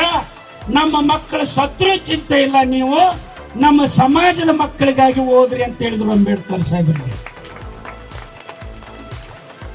ನಾನು ಇದನ್ನ ಯಾಕೆ ಹೇಳಕತ್ತೀನಿ ಅಂದ್ರೆ ನಾವು ಅರ್ಥ ಮಾಡ್ಕೊಲಾರ್ದೆ, ನಾವು ಇದನ್ನ ತಿಳ್ಕೊಲಾರ್ದೆ, ಈ ತ್ಯಾಗವನ್ನ ತಿಳ್ಕೊಲಾರ್ದೆ, ಈ ತಂಗಿ ಹಾಡಿದ್ವಲ್ಲ ಆಕಾಶದಷ್ಟು ಅವಮಾನ, ಅದನ್ನ ಯಾರ ಸಲುವಾಗಿ ಸಹಿಸ್ತಾರೆ? ಅವರು ಸುಖ ಪಡ್ಲಿಕ್ಕೆ, ನೌಕರಿ ಮಾಡ್ಲಿಕ್ಕೆ ಎಲ್ಲ ಅವಕಾಶಗಳಿದ್ದಾಗ ಕೂಡ ಅದನ್ನು ಬಿಟ್ಟು ನಮ್ಮ ಸಲುವಾಗಿ ಕೆಲಸ ಮಾಡಿ ನಮಗಿವತ್ತು ಅದ್ಭುತ ಸಂವಿಧಾನನ ಬರೆದು ನಮ್ಮನ್ನೆಲ್ಲರನ್ನು ಬದುಕಿಸೋದ್ರು ಬಾಬಾ ಸಾಹೇಬ್. ಈ ತ್ಯಾಗನ ನೀವು ಅರ್ಥ ಮಾಡ್ಕೋಬೇಕಾ? ಹೌದಾ? ಇದನ್ನ ಅರ್ಥ ಮಾಡ್ಕೋಬೇಕೋ ಬೇಡ? ಹಂಗಾರ ನಾವು DJ ಹಚ್ಚಿ ಜಯಂತಿ ಮಾಡಿದ್ರೆ ಹೆಂಗ? ಅಂಬೇಡ್ಕರ್ ತ್ಯಾಗ, ಈ ತ್ಯಾಗ ನಾವು ಅರ್ಥ ಮಾಡ್ಕೋಬೇಕಲ್ಲ. ನಾವು ಏನ್ ಮಾಡ್ಬೇಕಂದ್ರೆ, ನಾನು ಕೊನೆಯದಾಗಿ ನಿಮ್ಗೆ ಹೇಳ್ತೀನಿ, ಬೀಜ ಇದ್ದಂತೆ ಬೆಳೆ, ನೂಲು ಇದ್ದಂತೆ ಬಟ್ಟೆ. ಅರ್ಥ ಆಗತ್ತಾ? ಬೀಜ ನೀವು ಎಂತ ಬೀಜ ಹಾಕ್ತಿರೋ ಅಂತಹ ಬೆಳೆಯನ್ನ ಪಡ್ಕೊತೀವಿ. ನೂಲು ಹೆಂಗಿರ್ತೋ ಅಂತ ಸೀರೆ ತಯಾರಾಕೈತಿ, ಅಂತ ಬಟ್ಟೆ ತಯಾರಾಗುತ್ತೆ. ಇವತ್ತು ನೀವು ನಿಮ್ಮ ಜನರೇಷನ್ಗೆ ಅಂಬೇಡ್ಕರ್ ಅವರ ಈ ತ್ಯಾಗನ ಅರ್ಥ ಮಾಡಿಸದೆ ಹೋದ್ರೆ ಬೇರೆ ಯಾರು ಅರ್ಥ ಮಾಡಿಸ್ತಾರೆ? ಅಂಬೇಡ್ಕರ್ ಅವರ ಈ ಹೋರಾಟನ ನೀವು ಸಮಾಜಕ್ಕೆ ಹೇಳದೆ ಹೋದ್ರೆ ಬೇರೆದವ್ರು ಯಾರು ಹೇಳ್ತಾರೆ? ಇದನ್ನ ಹೇಳ್ತಾರ? ಈ ತ್ಯಾಗವನ್ನ, ಅಂಬೇಡ್ಕರ್ ಅವರ ಈ ತ್ಯಾಗವನ್ನ ಸಮಾಜಕ್ಕೆ ಅರ್ಥ ಮಾಡಿಸ್ಬೇಕು. ಹಂಗಾರೆ ಅಂಬೇಡ್ಕರ್ ಅವರ ಹೋರಾಟದ ಕೊನೆ ಯಾವಾಗ ಅಂದ್ರೆ, ಅವ್ರು ಹೇಳ್ತಿದ್ರು, ಈ ದೇಶದ ಮುಂದುವರೆದ ಜಾತಿಯ ಸರಿಸಮ ಶೋಷಿತ ಸಮಾಜಗಳು ಕೂಡ ಈ ದೇಶದ ಆಸ್ತಿ ಅಧಿಕಾರವನ್ನ ಸಮಾನವಾಗಿ ಹಂಚ್ಕೋಬೇಕು. ಈ ದೇಶದ ರಾಜಕಾರಣದಲ್ಲಿ, ಈ ದೇಶದ ಸಾಮಾಜಿಕ ವ್ಯವಸ್ಥೆನಲ್ಲಿ, ಈ ದೇಶದ ಆರ್ಥಿಕ ವ್ಯವಸ್ಥೆನಲ್ಲಿ ಎಲ್ಲರೂ ಕೂಡ ಸರಿಸಮವಾಗಿ ಅವಕಾಶಗಳನ್ನು ಹಂಚಿಕೊಂಡು ಬದುಕಬೇಕು. ಅದು ಅಂಬೇಡ್ಕರ್ ಅವರ ಕೊನೆ ಹೋರಾಟ. ಅದನ್ನ ಸಕ್ಸಸ್ ಮಾಡ್ಬೇಕಂದ್ರೆ ಅದನ್ನೆಲ್ಲ ಸಂವಿಧಾನದಾಗ ಅಂಬೇಡ್ಕರ್ ಕೊಟ್ಟರು. ಆ ಸಂವಿಧಾನ ಯಥಾವತ್ತಾಗಿ 75 ವರ್ಷ ಆದ್ರೂ ಜಾರಿಯಾಗಿಲ್ಲ. ಇನ್ನೂ ಆ ಸಂವಿಧಾನ ಒಪ್ಕೊಳಕತ್ತಿಲ್ಲ ಬಹಳ ಜನ. ಅಂಬೇಡ್ಕರ್ ಸಂವಿಧಾನ ಚೇಂಜ್ ಮಾಡ್ರಿ ಅಂತ ಹೇಳೋರಲ್ಲ, ಅಂಬೇಡ್ಕರ್ ಸಂವಿಧಾನ ಬದಲಾಯಿಸ್ತೇವೆ ಅಂತ ಹೇಳಕತ್ತಾರ. ಅಂದ್ರೆ ಅಂಬೇಡ್ಕರ್ ಸಂವಿಧಾನನ ಇನ್ನೂ ಒಪ್ಕೊಂಡಿಲ್ಲ ಜನ. ಪ್ರಪಂಚದೊಳಗೆ ಬೇರೆ ಬೇರೆ ದೇಶದ ಸಂವಿಧಾನ, ಅಲ್ಲಿ ಜನ ಏನಂತಾರಂದ್ರೆ, ನಮ್ಮ ಸಂವಿಧಾನದಾಗ ಇನ್ನೂ ಏನೇನಾರ ಬಿಟ್ಟು ಹೋಗೈತೇವೆ, ಹಂಗ ಇನ್ನು 100 ವರ್ಷದ ನಂತರ ಈ ದೇಶ ಹೆಂಗಿರ್ಬೇಕು, ಅದಕ್ಕೆ ಏನ್ ಮಾಡಬೇಕು ಇಂಥದನ್ನ ಚಿಂತನೆ ಮಾಡಕತ್ತ ಈ ದೇಶದಾಗ ಈ ಸಂವಿಧಾನ ತೆಗಿರಿ, ಇದು ಕೆಳಜಾತಿಯವ್ರಿಗೆ ಅವಕಾಶ ಮಾಡೈತಿ, ಇದು ಮೀಸಲಾತಿ ಕೊಟ್ಟೈತಿ, ಇದು ಹಂಗ ಮಾಡೈತಿ ಹಿಂಗ ಮಾಡೈತಿ. ಈ ಸಂವಿಧಾನದ ಬಗ್ಗೆ ಬರೀ ಅಪಪ್ರಚಾರ ಚಾಲು ಆಗ್ಯಾವ. ಮೀಸಲಾತಿ ಅಂದ್ರೆ ಏನು ಗೊತ್ತಿಲ್ಲ, ಮೀಸಲಾತಿ ಸಂವಿಧಾನದಾಗ ಯಾಕೆ ಬಂತು ಗೊತ್ತಿಲ್ಲ. 2500 ವರ್ಷ ಮೀಸಲಾತಿ ತಗೊಂಡ್ರಲ್ಲ, ಎಲ್ರಿಗಿಂತ ಬ್ರಾಹ್ಮಣ ಮೇಲೆ, ಅವನ ಕೆಳಗಡೆ ಕ್ಷತ್ರಿಯ, ಅವನ ಕೆಳಗಡೆ ವೈಶ್ಯ, ಅವನ ಕೆಳಗಡೆ ಶೂದ್ರ, ಅವ್ರೆಲ್ಲರ ಕೆಳಗಡೆ ಅಸ್ಪೃಶ್ಯ. ಯಾರು ಮಾಡಿದ್ರಿ ಇದನ್ನ? 2500 ವರ್ಷ ಬರೀ ನೀವಷ್ಟ ಮಿಥ್ಯೆ ಪಡಿಬೇಕಂತ ಹೇಳಿದವ್ರು ಯಾರು? 2500 ವರ್ಷಗಳ ಕಾಲ ಭೂಮಿ ಬರೀ ನಿಮ್ ಕೈಯಾಗಿರ್ಬೇಕಂತ ಹೇಳಿದವ್ರು ಯಾರು? ಇದು ಮೀಸಲಾತಿ ಅಲ್ಲ, ಇದು ಊರ ಹೊರಗ ಇವ್ರು ಇರ್ಬೇಕಂತ ಹೇಳಿದವ್ರು ಯಾರು? ಮುಟ್ಟಿದ್ರೆ ಮೈಲಿಗೆ ಆಗತ್ತಂತ ನೀವು ವೈಜ್ಞಾನಿಕವಾಗಿ ಸಾಧಿಸಿದ್ರ ಅದನ್ನ? ಇಲ್ಲ. 2500 ವರ್ಷಗಳ ಕಾಲ ನಿಮಗ ಅವಕಾಶ ಇಲ್ಲದೆ, ಸಾಮರ್ಥ್ಯ ಇದ್ರೂ ಕೂಡ ಅವಕಾಶ ಇಲ್ಲದೆ, ನೀವು ಆ ಜಾತಿಯೊಳಗೆ ಹುಟ್ಟಿದ್ದಕ್ಕನ ನೀವು ಅಲ್ಲಿ ಕುಂದ್ರಬೇಡ್ರಿ, ಇಲ್ಲಿ ಕುಂದ್ರಬೇಡ್ರಿ, ಆ ನೀರು ಮುಟ್ಟಬೇಡ್ರಿ, ಇಲ್ಲಿ ಬರಬೇಡ್ರಿ, ಸಾಲಿ ಕಲಿಬೇಡ್ರಿ, ಚಲೋ ಮನಿ ಕಟ್ಟಬೇಡ್ರಿ. ಈಗೂ ಹೆಂಗ್ ನಡಕತ್ತವಂದ್ರ, ಮೊನ್ನೆ ತಮಿಳ್ನಾಡಿನಾಗ ಯಾವುದೋ ಒಬ್ಬ ಹುಡುಗ ಕೆಳಜಾತಿಗೆ ಸೇರಿದವ SC ಹುಡುಗ ಬಲಗೈಯಾಗ ವಾಚ್ ಕಟ್ಟಾನಂತೇಳಿ ಅವನ ಕೈ ಕಡ್ದಾರ್ರಿ. ಹೊಸ ಬಟ್ಟೆ ಹಾಕೊಂಡಿದ್ದಕ್ಕೆ ಮರ್ಡರ್ ಮಾಡ್ಯಾರ. ಹೊಸ ಮೋಟರ್ ಬೈಕ್ ತಗೊಂಡಾನ ಕೆಳಜಾತಿ ಹುಡುಗ SC ಹುಡುಗ ಅನ್ನೋದಕ್ಕ ಮರ್ಡರ್ ಮಾಡ್ಯಾರ. ಕೆಳಜಾತಿ ಹುಡುಗನ ಮೇಲ್ಜಾತಿ ಹುಡುಗಿ ಲಗ್ನ ಆಗಿ ಬಸ್ರಿ ಆದ್ರ ಹುಬ್ಬಳ್ಳಿ ಒಳಗ ಆಕಿ ತಂದೆ ತಾಯಿನ ಕಡ್ದಾಕ್ಯಾರ.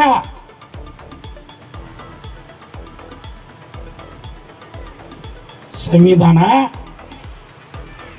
ಏನ್ ಹೇಳೈತಿ, ನಾವು ಇವತ್ತು ಹೆಂಗ ನಡ್ಕೊಳಕತ್ತೀವಿ, ಇದನ್ನ ನಾವೆಲ್ಲರೂ ಸೀರಿಯಸ್ ಆಗಿ ಆಲೋಚನೆ ಮಾಡಬೇಕು. ಅಂಬೇಡ್ಕರ್ ಸಮಾನತೆ ಆಧಾರಿತ ಸಮಾಜನ ಕಟ್ಟಬೇಕಂತ ಸಂವಿಧಾನದಾಗ ಕಾಯ್ದೆ ಕೊಟ್ಟರೆ ಅವು ಇನ್ನೂ ಕೂಡ ಜಾರಿಯಾಗಿಲ್ಲ.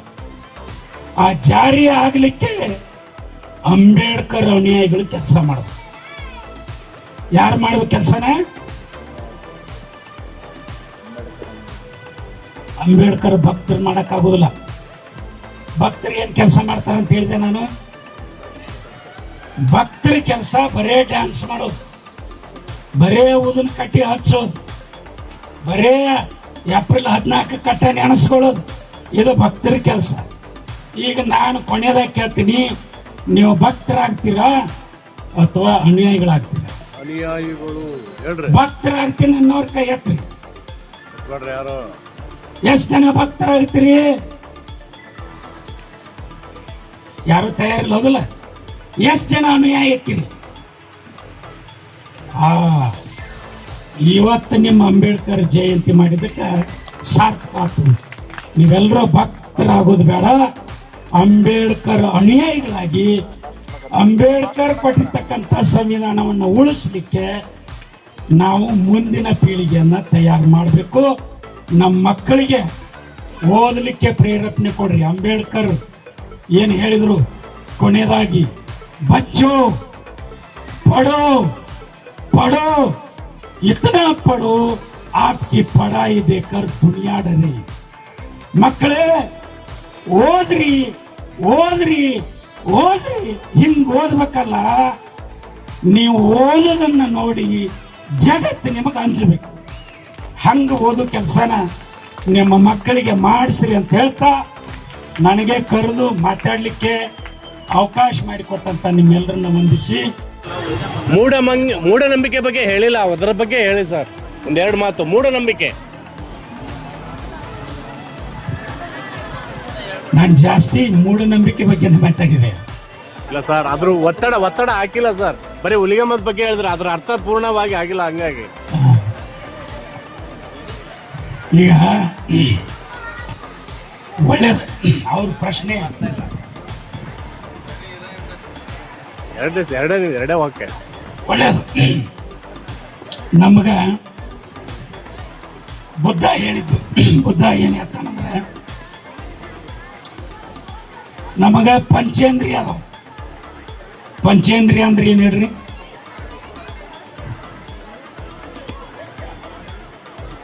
ಕಣ್ಣು, ಕಿವಿ, ಮೂಗು, ನಾಲಿಗೆ, ಚರ್ಮ. ಇವನ್ನೇನು ಕರಿತೀವಿ ನಾವು? ಪಂಚೇಂದ್ರಿಯ. ಬುದ್ಧ 2000 ಚಿಲ್ಲರೆ ವರ್ಷದಿಂದ ಹೇಳಿದ ಈ ಪಂಚೇಂದ್ರಿಯಗಳ ಅನುಭವಕ್ಕೆ ಏನು ಬರ್ತೈತಲ್ಲ ಅದೆಲ್ಲ ಐತಿ ಈ ಭೂಮಿ ಮ್ಯಾಗ. ಈ ಪಂಚೇಂದ್ರಿಯಗಳ ಅನುಭವಕ್ಕೆ ಏನು ಬರೋದಿಲ್ಲ ಅದು ಯಾವುದೋ ಅಸ್ತಿತ್ವದೊಳಗಿಲ್ಲ. ಈಗ ನಾನು ಮಾತಾಡಕತ್ತೀನಿ, ಸೌಂಡ್ ಇದು ನಿಮಗೆ ಕಾಣಿಸುತ್ತೋ ಕೇಳಿಸುತ್ತೋ? ಈ ಧ್ವನಿ ಅನ್ನೋದನ್ನ ಕಣ್ಣಿಂದ ನೋಡಕ್ಕಾಗೋದಿಲ್ಲ. ಧ್ವನಿ ಕಣ್ಣಿಗೆ ಕಾಣಿಸುತ್ತೇನ್ರಿ? ಕೇಳಿಸುತ್ತ. ಸೌಂಡ್ ಐತೆ ಅಂತ ಯಾವಾಗ ಹೇಳ್ತೀವಿ ನಾವು? ಕೇಳಿಸ್ಕೊಂಡ. ಈಗ ಅಲ್ಲಿ DJ ಹಚ್ಚಿದ ಒಂದು ಕುಣಿವಂಗ ಒಂದು ಡ್ಯಾನ್ಸ್ ಬರ್ತಿದ್ದಂಗನ ಕೈ ಎತ್ತಿರ್ವಿ. ಸೌಂಡ್ ಅನ್ನೋದು ಐತೆ, ಕಣ್ಣಿಗೆ ಕಾಣಿಸೋದಿಲ್ಲ, ಆಕಾರ ಇಲ್ಲ, ಅದಕ್ಕೆ ಕೇಳಿಸುತ್ತೆ. ಅಂದ್ರೆ ಸೌಂಡ್ ಐತೆ ಅಂತ ಹೇಳ್ತೀರಿ. ಈಗ ಇಲ್ಲಿಂದ ಗಾಳಿ ಬೀಸಕತ್ತೈತೆ, ಕಣ್ಣಿಗೆ ಕಾಣಂಗಿಲ್ಲ ಗಾಳಿ. ಗಾಳಿ ಐತೆ ಅಂತ ಹೆಂಗೆ ಹೇಳ್ತೀರಿ? ಟಚ್ ಆಗತ್ತೆ, ಸ್ಪರ್ಶ. ಹೌದಾ? ಅಂದಾಗ ಗಾಳಿ, ಬೆಂಕಿ ಸುಡ್ತೈತಿ, ಚರ್ಮಕ್ಕೆ ಸ್ಪರ್ಶ ಆದಾಗ ಗೊತ್ತಾಗುತ್ತೆ ನಮಗೆ. ಆಮ್ಯಾಗ ಉಪ್ಪು, ಖಾರ, ಹುಳಿ. ಖಾರನ ನೋಡಿ ಹೇಳ್ತಿರೋ, ನಾಲಿಗೆ ಹಚ್ಕೊಂಡು ಹೇಳ್ತಿರೋ? ಖಾರ ಅನ್ನೋದು ಕಣ್ಣಿಗೆ ಕಾಣಿಸುತ್ತೋ ಏನು ಅನ್ಬೋಕ್ ಬರ್ತದೆ? ನಾಲಿಗೆ ರುಚಿ, ಹುಳಿ, ಸಿಹಿ ಕಾಣಿಸಂಗಿಲ್ಲ. ಅದು ನಾಲಿಗೆದಿಂದನೇ ನಿಮ್ಗೆ ಗೊತ್ತಾಗಬೇಕು. ಹೌದಾ?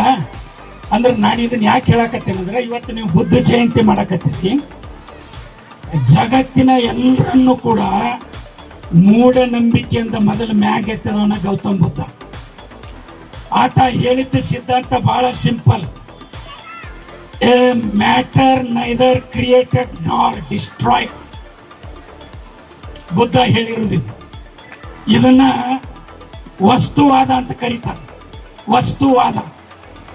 ಈ ಕೆಲವರು ಈ ಪುಟ್ಟಪರ್ತಿ ಸಾಯಿಬಾಬಾ ಇದ್ದ, ಪುಟ್ಟಪರ್ತಿ ಸಾಯಿಬಾಬಾ. ನಾವು ಅವಾಗ ಹೋಗ್ತಿದ್ವಿ. ಅವನ ತಲೆ ಐತಲ್ರಿ, ಈ ತಲೆ ಇಷ್ಟು ದೊಡ್ಡದಿತ್ತು. ಪುಟ್ಟಪರ್ತಿ ಸಾಯಿಬಾಬಾನ ತಲೆ ಇಷ್ಟು ದೊಡ್ಡದಿತ್ತು. ಫೋಟೋದಾಗ ನೋಡ್ರಿಲ್ಲ, ಪುಟ್ಟಪರ್ತಿ ಸಾಯಿಬಾಬಾ ನೋಡ್ರಿ. ನೀವು ನೋಡ್ರಿ, ವೇದಿಕೆ ಮ್ಯಾಗಿದ್ದವ್ರು ಪುಟ್ಟಪರ್ತಿ ಸಾಯಿಬಾಬಾ ಇದ್ನ ತಲೆ. ಫೋಟೋದಾಗ ನೋಡ್ಯಾರ, ತಲೆ ದೊಡ್ಡದೈತ್ರಿ. ನಾ ಯಾಕೆ ಇದನ್ನ ಹೇಳಕತ್ತೀನಿ ಅಂದ್ರೆ, ನಮ್ಮ ಬಂಗಾರಪ್ಪನವ್ರು ಹೋಗಿದ್ರು CM ಇದ್ದಾಗ ಅವನ ಕಡೆ. ಬಂಗಾರಪ್ಪ ಹೋಗಿ 50 ಲಕ್ಷ ರೂಪಾಯಿ ಅವಂಗ ದೇಣಿಗೆ ಕೊಟ್ಟ. ಬಂಗಾರಪ್ಪಗ ಪುಟ್ಟಪರ್ತಿ ಸಾಯಿಬಾಬಾ ಏನ್ ಕೊಟ್ಟನಂದ್ರ, ತಲೆಯಾಗ ಹಿಂಗ ಕೈ ಹಾಕಿದ, ಹಿಂಗ ಒಂದು ಕೂದಲ ಹಿಂಗ ಹರಿದ, ಹಿಂಗ ಗಾಳ್ಯಾಗ ಹಿಂಗ ಅಳಿಗಾಡ್ಸಿದ, ಒಂದು ಉಂಗ್ರ ತೆಗೆದು ಕೊಟ್ಟ. ನಾವು ಏನ್ರಿ ಇದು ಎಲ್ಲಿದ ಹರಿದ? ಒಂದು ಕೂದಲ ಹಿಂಗ ತಲೆ ಅಂತ ಹಿಂಗ ಹರಿದ, ಗಾಳ್ಯಾಗ ಹಿಂಗ ಹಿಂಗ ಹಿಂಗ ಮಾಡಿದ, ಬಂಗಾರದ ಉಂಗ್ರ ಕೊಟ್ಟ. ಯಾರಿಗೆ? ನಮ್ಮ ರಾಜ್ಯದ CM ಇದ್ದ ಬಂಗಾರಪ್ಪ. ಈಗ ನೀವು ನನಗೆ ಹೇಳ್ರಿ, ಕೂದಲು ಬಂಗಾರ ಆಕೈತೆ? ಬಂಗಾರ ಹಾಕಿದ್ರೆ ನೀವು ಯಾರು ಒಂದು ಕೂದಲ ಉದುರಾಕ್ ಬಿಡ್ತಿದ್ದಿಲ್ಲ. ನೀವು ಬಿಡ್ತಿದ್ರನ? ಅವನವನ ಬಚ್ಚಲ ಹುಡುಕ್ತಿದ್ರಿ. ಅದನ್ನ ಏನಾರು ಕೂದಲ ಶಾಂಪು ಅದ್ರ ಬದ್ದಾದಾಗ ಅಕ್ಕಗಳು ಕೂದಲು ಉದುರ್ತಾವಲ್ಲ, ಗಂಡಸರು ಉದುರ್ತಾವ ಬಿಡ್ರಿ. ಅದು ಉದುರಿದ ಕೂದಲ ಮೊದಲು ಹುಡುಕ್ತಿದ್ರಿ ನೀವು. ಕೂದಲ ಎಲ್ಲದಿ ನೀ ಬಂಗಾರ ಅಕ್ಕಿ ಬಾ ಅಂತಿದ್ರಿ ನೀವು. ಆದ್ರೆ ಇಲ್ಲೇ ಈ ನಾಡಿನ ಮುಖ್ಯಮಂತ್ರಿ 50,000 ಅವ್ನು ಕೊಟ್ಟ. ಅವನು ಕೂದಲ ತೆಗೆದು ಹಿಂಗೆ ಮಾಡಿ ಒಂದು ಬಂಗಾರದ ಉಂಗ್ರ ಕೊಟ್ಟವ. ಅವ ಅದನ್ನ ನೋಡ್ರಿಲ್ಲ, ಪೂರ ದೀಡ್ ನಮಸ್ಕಾರ ಹಾಕಿಸ್ಕೊಂಡವನ. ನಾನು ಇದನ್ನ ಯಾಕೆ ಹೇಳ್ತೀನಿ? ಇದು ಮೂಢನಂಬಿಕೆ. ಬುದ್ಧ ಏನ್ ಹೇಳ್ತಾ, A matter can neither created nor destroyed. ಇದರ ಅರ್ಥ ಏನಂದ್ರೆ, ನೀವು ಸೃಷ್ಟಿನಲ್ಲಿ ಶೂನ್ಯದಿಂದ ಏನನ್ನು ಸೃಷ್ಟಿ ಮಾಡಲಿಕ್ಕೆ ಸಾಧ್ಯ ಇಲ್ಲ. ಈ ಭೂಮಿ ಮೇಲೆ ಇಲ್ಲದನ್ನ ಸೃಷ್ಟಿ ಮಾಡಲಿಕ್ಕೆ ಸಾಧ್ಯ ಇಲ್ಲ, ಇದ್ದದನ್ನ ನಾಶ ಮಾಡಿಸ್ಲಿಕ್ಕೆ ಸಾಧ್ಯ ಇಲ್ಲ. ಎ ಮ್ಯಾಟರ್ ನೈದರ್ ಕ್ರಿಯೇಟೆಡ್ ಅಂದ್ರೆ ಒಂದು ವಸ್ತುವನ್ನ ಹೊಸದಾಗಿ ಕ್ರಿಯೇಟ್ ಮಾಡಲಿಕ್ಕೆ ಸಾಧ್ಯ ಇಲ್ಲ. A matter neither created nor destroyed ಅಂದ್ರ ಆ ಇದ್ದ ವಸ್ತುನ, ನಿಮಗೆ ಉದಾಹರಣೆ ಇದನ್ನ ಹೇಳ್ತೀನಿ ನಾನು. ಇದೈತಲ್ಲ, ಇದೇನು ಹಾಳಿ, ಈಗ ಇದು ಐತಿ, ಇದು ವಸ್ತು ಐತಿಲ್ಲ, ಇದು ಬೇಡ ಅಂತ ಹಿಂಗ್ ಒಯ್ಯಾಕ ಆಗುದಿಲ್ಲ. ಅದು ಏನಾಗುತ್ತೆ ಹೇಳ್ರಿ, ನೀವು ಅದನ್ನ ಸುಟ್ಟಾಕ್ರಿ, ಇದು ಬೇಡ ಅಂತೇಳಿ ಸುಟ್ರಿ ಏನಾಗುತ್ತದು, ನೀವು ನಾಶ ಮಾಡ್ತೀರಿ ಅದನ್ನ. ನೀವು ಅದನ್ನು ಸುಟ್ಟರು ಉಳಿತಿಲ್ಲ ಅದು. ಬುದ್ಧ ಇದನ್ನೇ ಹೇಳಿದ್ದು, ನಾರ್ ಕ್ರಿಯೇಟೆಡ್ ನಾರ್ ಡಿಸ್ಟ್ರಾಯ್ಡ್. ನೀವು ಇದ್ದದ್ದನ್ನ ನಾಶ ಮಾಡಕ್ಕಾಗೋದಿಲ್ಲ, ಹೊಸದಾಗಿ ಸೃಷ್ಟಿ ಮಾಡಕ್ಕಾಗೋದಿಲ್ಲ, ಅದೆಲ್ಲ ರೂಪಾಂತರ ಆಗುತ್ತೆ. ಸಮಾಜ ಪರಿವರ್ತನೆ ಆಗಬೇಕು. ಇದನ್ನ ಇಂತಹ ಮೂಢನಂಬಿಕೆಯಿಂದ ಅವಾಗ ಅವರು ವೇದಗಳನ್ನು ಬರೆದವರು, ಅವ್ರು ಹೇಳ್ತಿದ್ರು, ವೇದಗಳು, ಶಾಸ್ತ್ರಗಳು, ಪುರಾಣಗಳು, ಅರಣ್ಯಕಗಳು, ಬ್ರಾಹ್ಮಣಕಗಳು, ಮಹಾಕಾವ್ಯಗಳು ಇವು ಎಲ್ಲ ಏನ್ ಹೇಳ್ತಾವಂದ್ರ, ಜಾತಿ ಸತ್ಯ, ಅಸ್ಪೃಶ್ಯತೆ ಸತ್ಯ, ಇದನ್ನ ಸ್ವತಃ ದೇವರು ಬರೆದಾನ, ಇದನ್ನ ನೀವು ಒಪ್ಕೋಬೇಕು. ದೇವರೇ ಹೇಳ್ಯಾನಂದ್ರೆ ನೀವು ಒಪ್ಕೋಬೇಕು. ಜಾತಿ ಸತ್ಯ ಅಂತ ದೇವ್ರ ಹೇಳ್ಯಾನ. ಇದು ಸರಿ ಆಗಬೇಕಾದ್ರೆ ಈ ಜನ್ಮದೊಳಗೆ ನೀವು ಅಸ್ಪೃಶ್ಯರಾಗಿ ಹೊಲೆಮಾದಿಗರಾಗಿ ಸೇವೆ ಮಾಡ್ರಿ. ಮುಂದಿನ ಜನ್ಮದಾಗ ನೀವು ದೊಡ್ಡ ಗೌಡರಾಗಿ ಹುಡ್ತೀರಿ ಅಂತ ಅವ್ರ ಶಾಸ್ತ್ರ ಹೇಳ. ಗೌತಮ ಬುದ್ಧ ಇದು ಸುಳ್ಳು ಅಂತ ಹೇಳಿದ್ದು, ಇದು ಮೂಢನಂಬಿಕೆ ಅಂತ ಹೇಳಿದ್ದು. ಪುನರ್ಜನ್ಮ ಅನ್ನೋದು ಇಲ್ಲ. ಲಕ್ಷಾಂತರ ಜನ ನಮ್ಮ ಪೂರ್ವಿಕರು ಸತ್ತೋಗ್ಯಾರ. ಅವ್ರಿಗೆಂದು ಹೊಳ್ಳಿ ಬಂದು ತಮ್ಮ ಸತ್ ಮ್ಯಾಗ ಹುಟ್ಟಿ ಬರ್ತೀವಂತ ಯಾರು ನಮ್ಮ ಕಿವ್ಯಾಗ ಹೊಯ್ಕೊಂಡ ಹೋಗಿಲ್ಲ. ಬಹಳ ಜನ ಸತ್ತಾರ ಇಲ್ರಿ. ನೀವು ಹಿರಿಯರ ಹಬ್ಬ ಮಾಡ್ತೀರಿ, ನೀಲ್ಲ ಮಾಡ್ತೀರಿಲ್ಲ, ಏನೇನು ಮಾಡ್ತೀರಿ? ನಿಮ್ಮ ಅಜ್ಜ ಅವ ಪಾಕಿಟ್ ಹೊಡಿತಿದ್ನಂದ್ರೆ, ಪಾಕಿಟ್ ಹೊಡೆದು ಸತ್ತಾನಂದ್ರೆ ಪಾಕಿಟ್ ನಿಮ್ಮ ಊರಾಗ ಸಿಗ್ಲಿಕ್ಕರು ಎಲ್ಲಿ ತಾಂಡ ಅದ ಹುಡ್ಕೊಂಡು ಹೋಗಿ ಅದನ್ನ ಪಾಕಿಟ್ ತೊಗೊಂಡ್ಬರ್ತೀವಿ ನಾವು. ಹೌದನಲ್ಲ? ಹೌದಾ? ಇದು ಮೂಢನಂಬಿಕೆ. ಈ ಮೂಢನಂಬಿಕೆಯ ಪಾಷಾಣದಿಂದ ನಮ್ಮನ್ನೆಲ್ಲರನ್ನು ವಿಮೋಚನೆ ಮಾಡಿದವರು ಗೌತಮ್ ಬುದ್ಧರು, ಬಸವಣ್ಣವರು, ಬಾಬಾ ಸಾಹೇಬ್ ಅಂಬೇಡ್ಕರ್. ಸಂವಿಧಾನದಲ್ಲೂ ಕೂಡ ಮೂಢ ನಂಬಿಕೆಗಳು ಇಲ್ಲದ ಸಮಾಜವನ್ನ ಕಟ್ಟಬೇಕು ಅಂತೇಳಿ ಕಾಯ್ದೆ ಮಾಡ್ಯಾರ ಅಂಬೇಡ್ಕರ್ ಸಮಾಜ. ಸೊ ಅದಕ್ಕಾಗಿ ಮೂಢ ನಂಬಿಕೆಗಳ ಬೆನ್ನ ಹೋಗ್ಬೇಡ್ರಿ. ಬಾಬಾ ಸಾಹೇಬ್ರು ಹೇಳ್ದಂಗ, ಗೌತಮ್ ಬುದ್ಧರು ಹೇಳ್ದಂಗ ವೈಜ್ಞಾನಿಕವಾಗಿ ನೋಡ್ರಿ. ನಿಮ್ಮ ಅಜ್ಜ ಹೇಳ್ಯಾನ, ನಿಮ್ಮ ದೇವ್ರು ಹೇಳೈತಿ, ನಿಮ್ಮದು ಸಂಪ್ರದಾಯ ಐತಿ, ಅದು ಹಿಂಗ ಇರ್ಬೇಕು ಅನ್ನೋದನ್ನ ಕೇಳ್ಕೊಂಡು ಹಂಗಿರಕ್ ಹೋಗ್ಬೇಡ್ರಿ. ಅದು ಸತ್ಯನೋ ಸುಳ್ಳು ನೀವು ನಿಷ್ಕರ್ಷೆ ಮಾಡಿ ಪ್ರಾಕ್ಟಿಕಲ್ಲು ಮತ್ತು ಥೆರಾಟಿಕಲ್ ಅಂತ ಅದಕ್ಕೆ ಪ್ರಾಯೋಗಿಕವಾಗಿನೂ ಕೂಡ ನೀವು ಅದನ್ನ ಸತ್ಯ ಅನಿಸಿದ್ರೆ ಒಪ್ಕೊಳ್ರಿ, ಇಲ್ಲ ಅಂದ್ರೆ ಅದನ್ನ ಬಿಟ್ಟು ಹಾಕಿ ಅಂತ ಅಂಬೇಡ್ಕರ್ ಹೇಳಿದ್ದು. ಬುದ್ಧನು ಅದನ್ನ ಹೇಳಿದ್ದು. ಆ ಕಾರಣಕ್ಕಾಗಿ ಅಂತ ಒಂದು ವೈಜ್ಞಾನಿಕ ಶೋಧನೆಯ ಅಡಿಯಲ್ಲಿ ನಾವೆಲ್ಲರೂ ಕೂಡ ಬದುಕುವಂತಾಗಬೇಕು ಅಂತ ಹೇಳಿ ಮತ್ತೊಂದು ಸಾರಿ ನಿಮ್ಮೆಲ್ರಿಗೂ ಜೈ ಭೀಮ್ ವಂದನೆಗಳನ್ನು ಸಲ್ಲಿಸ್ತಾ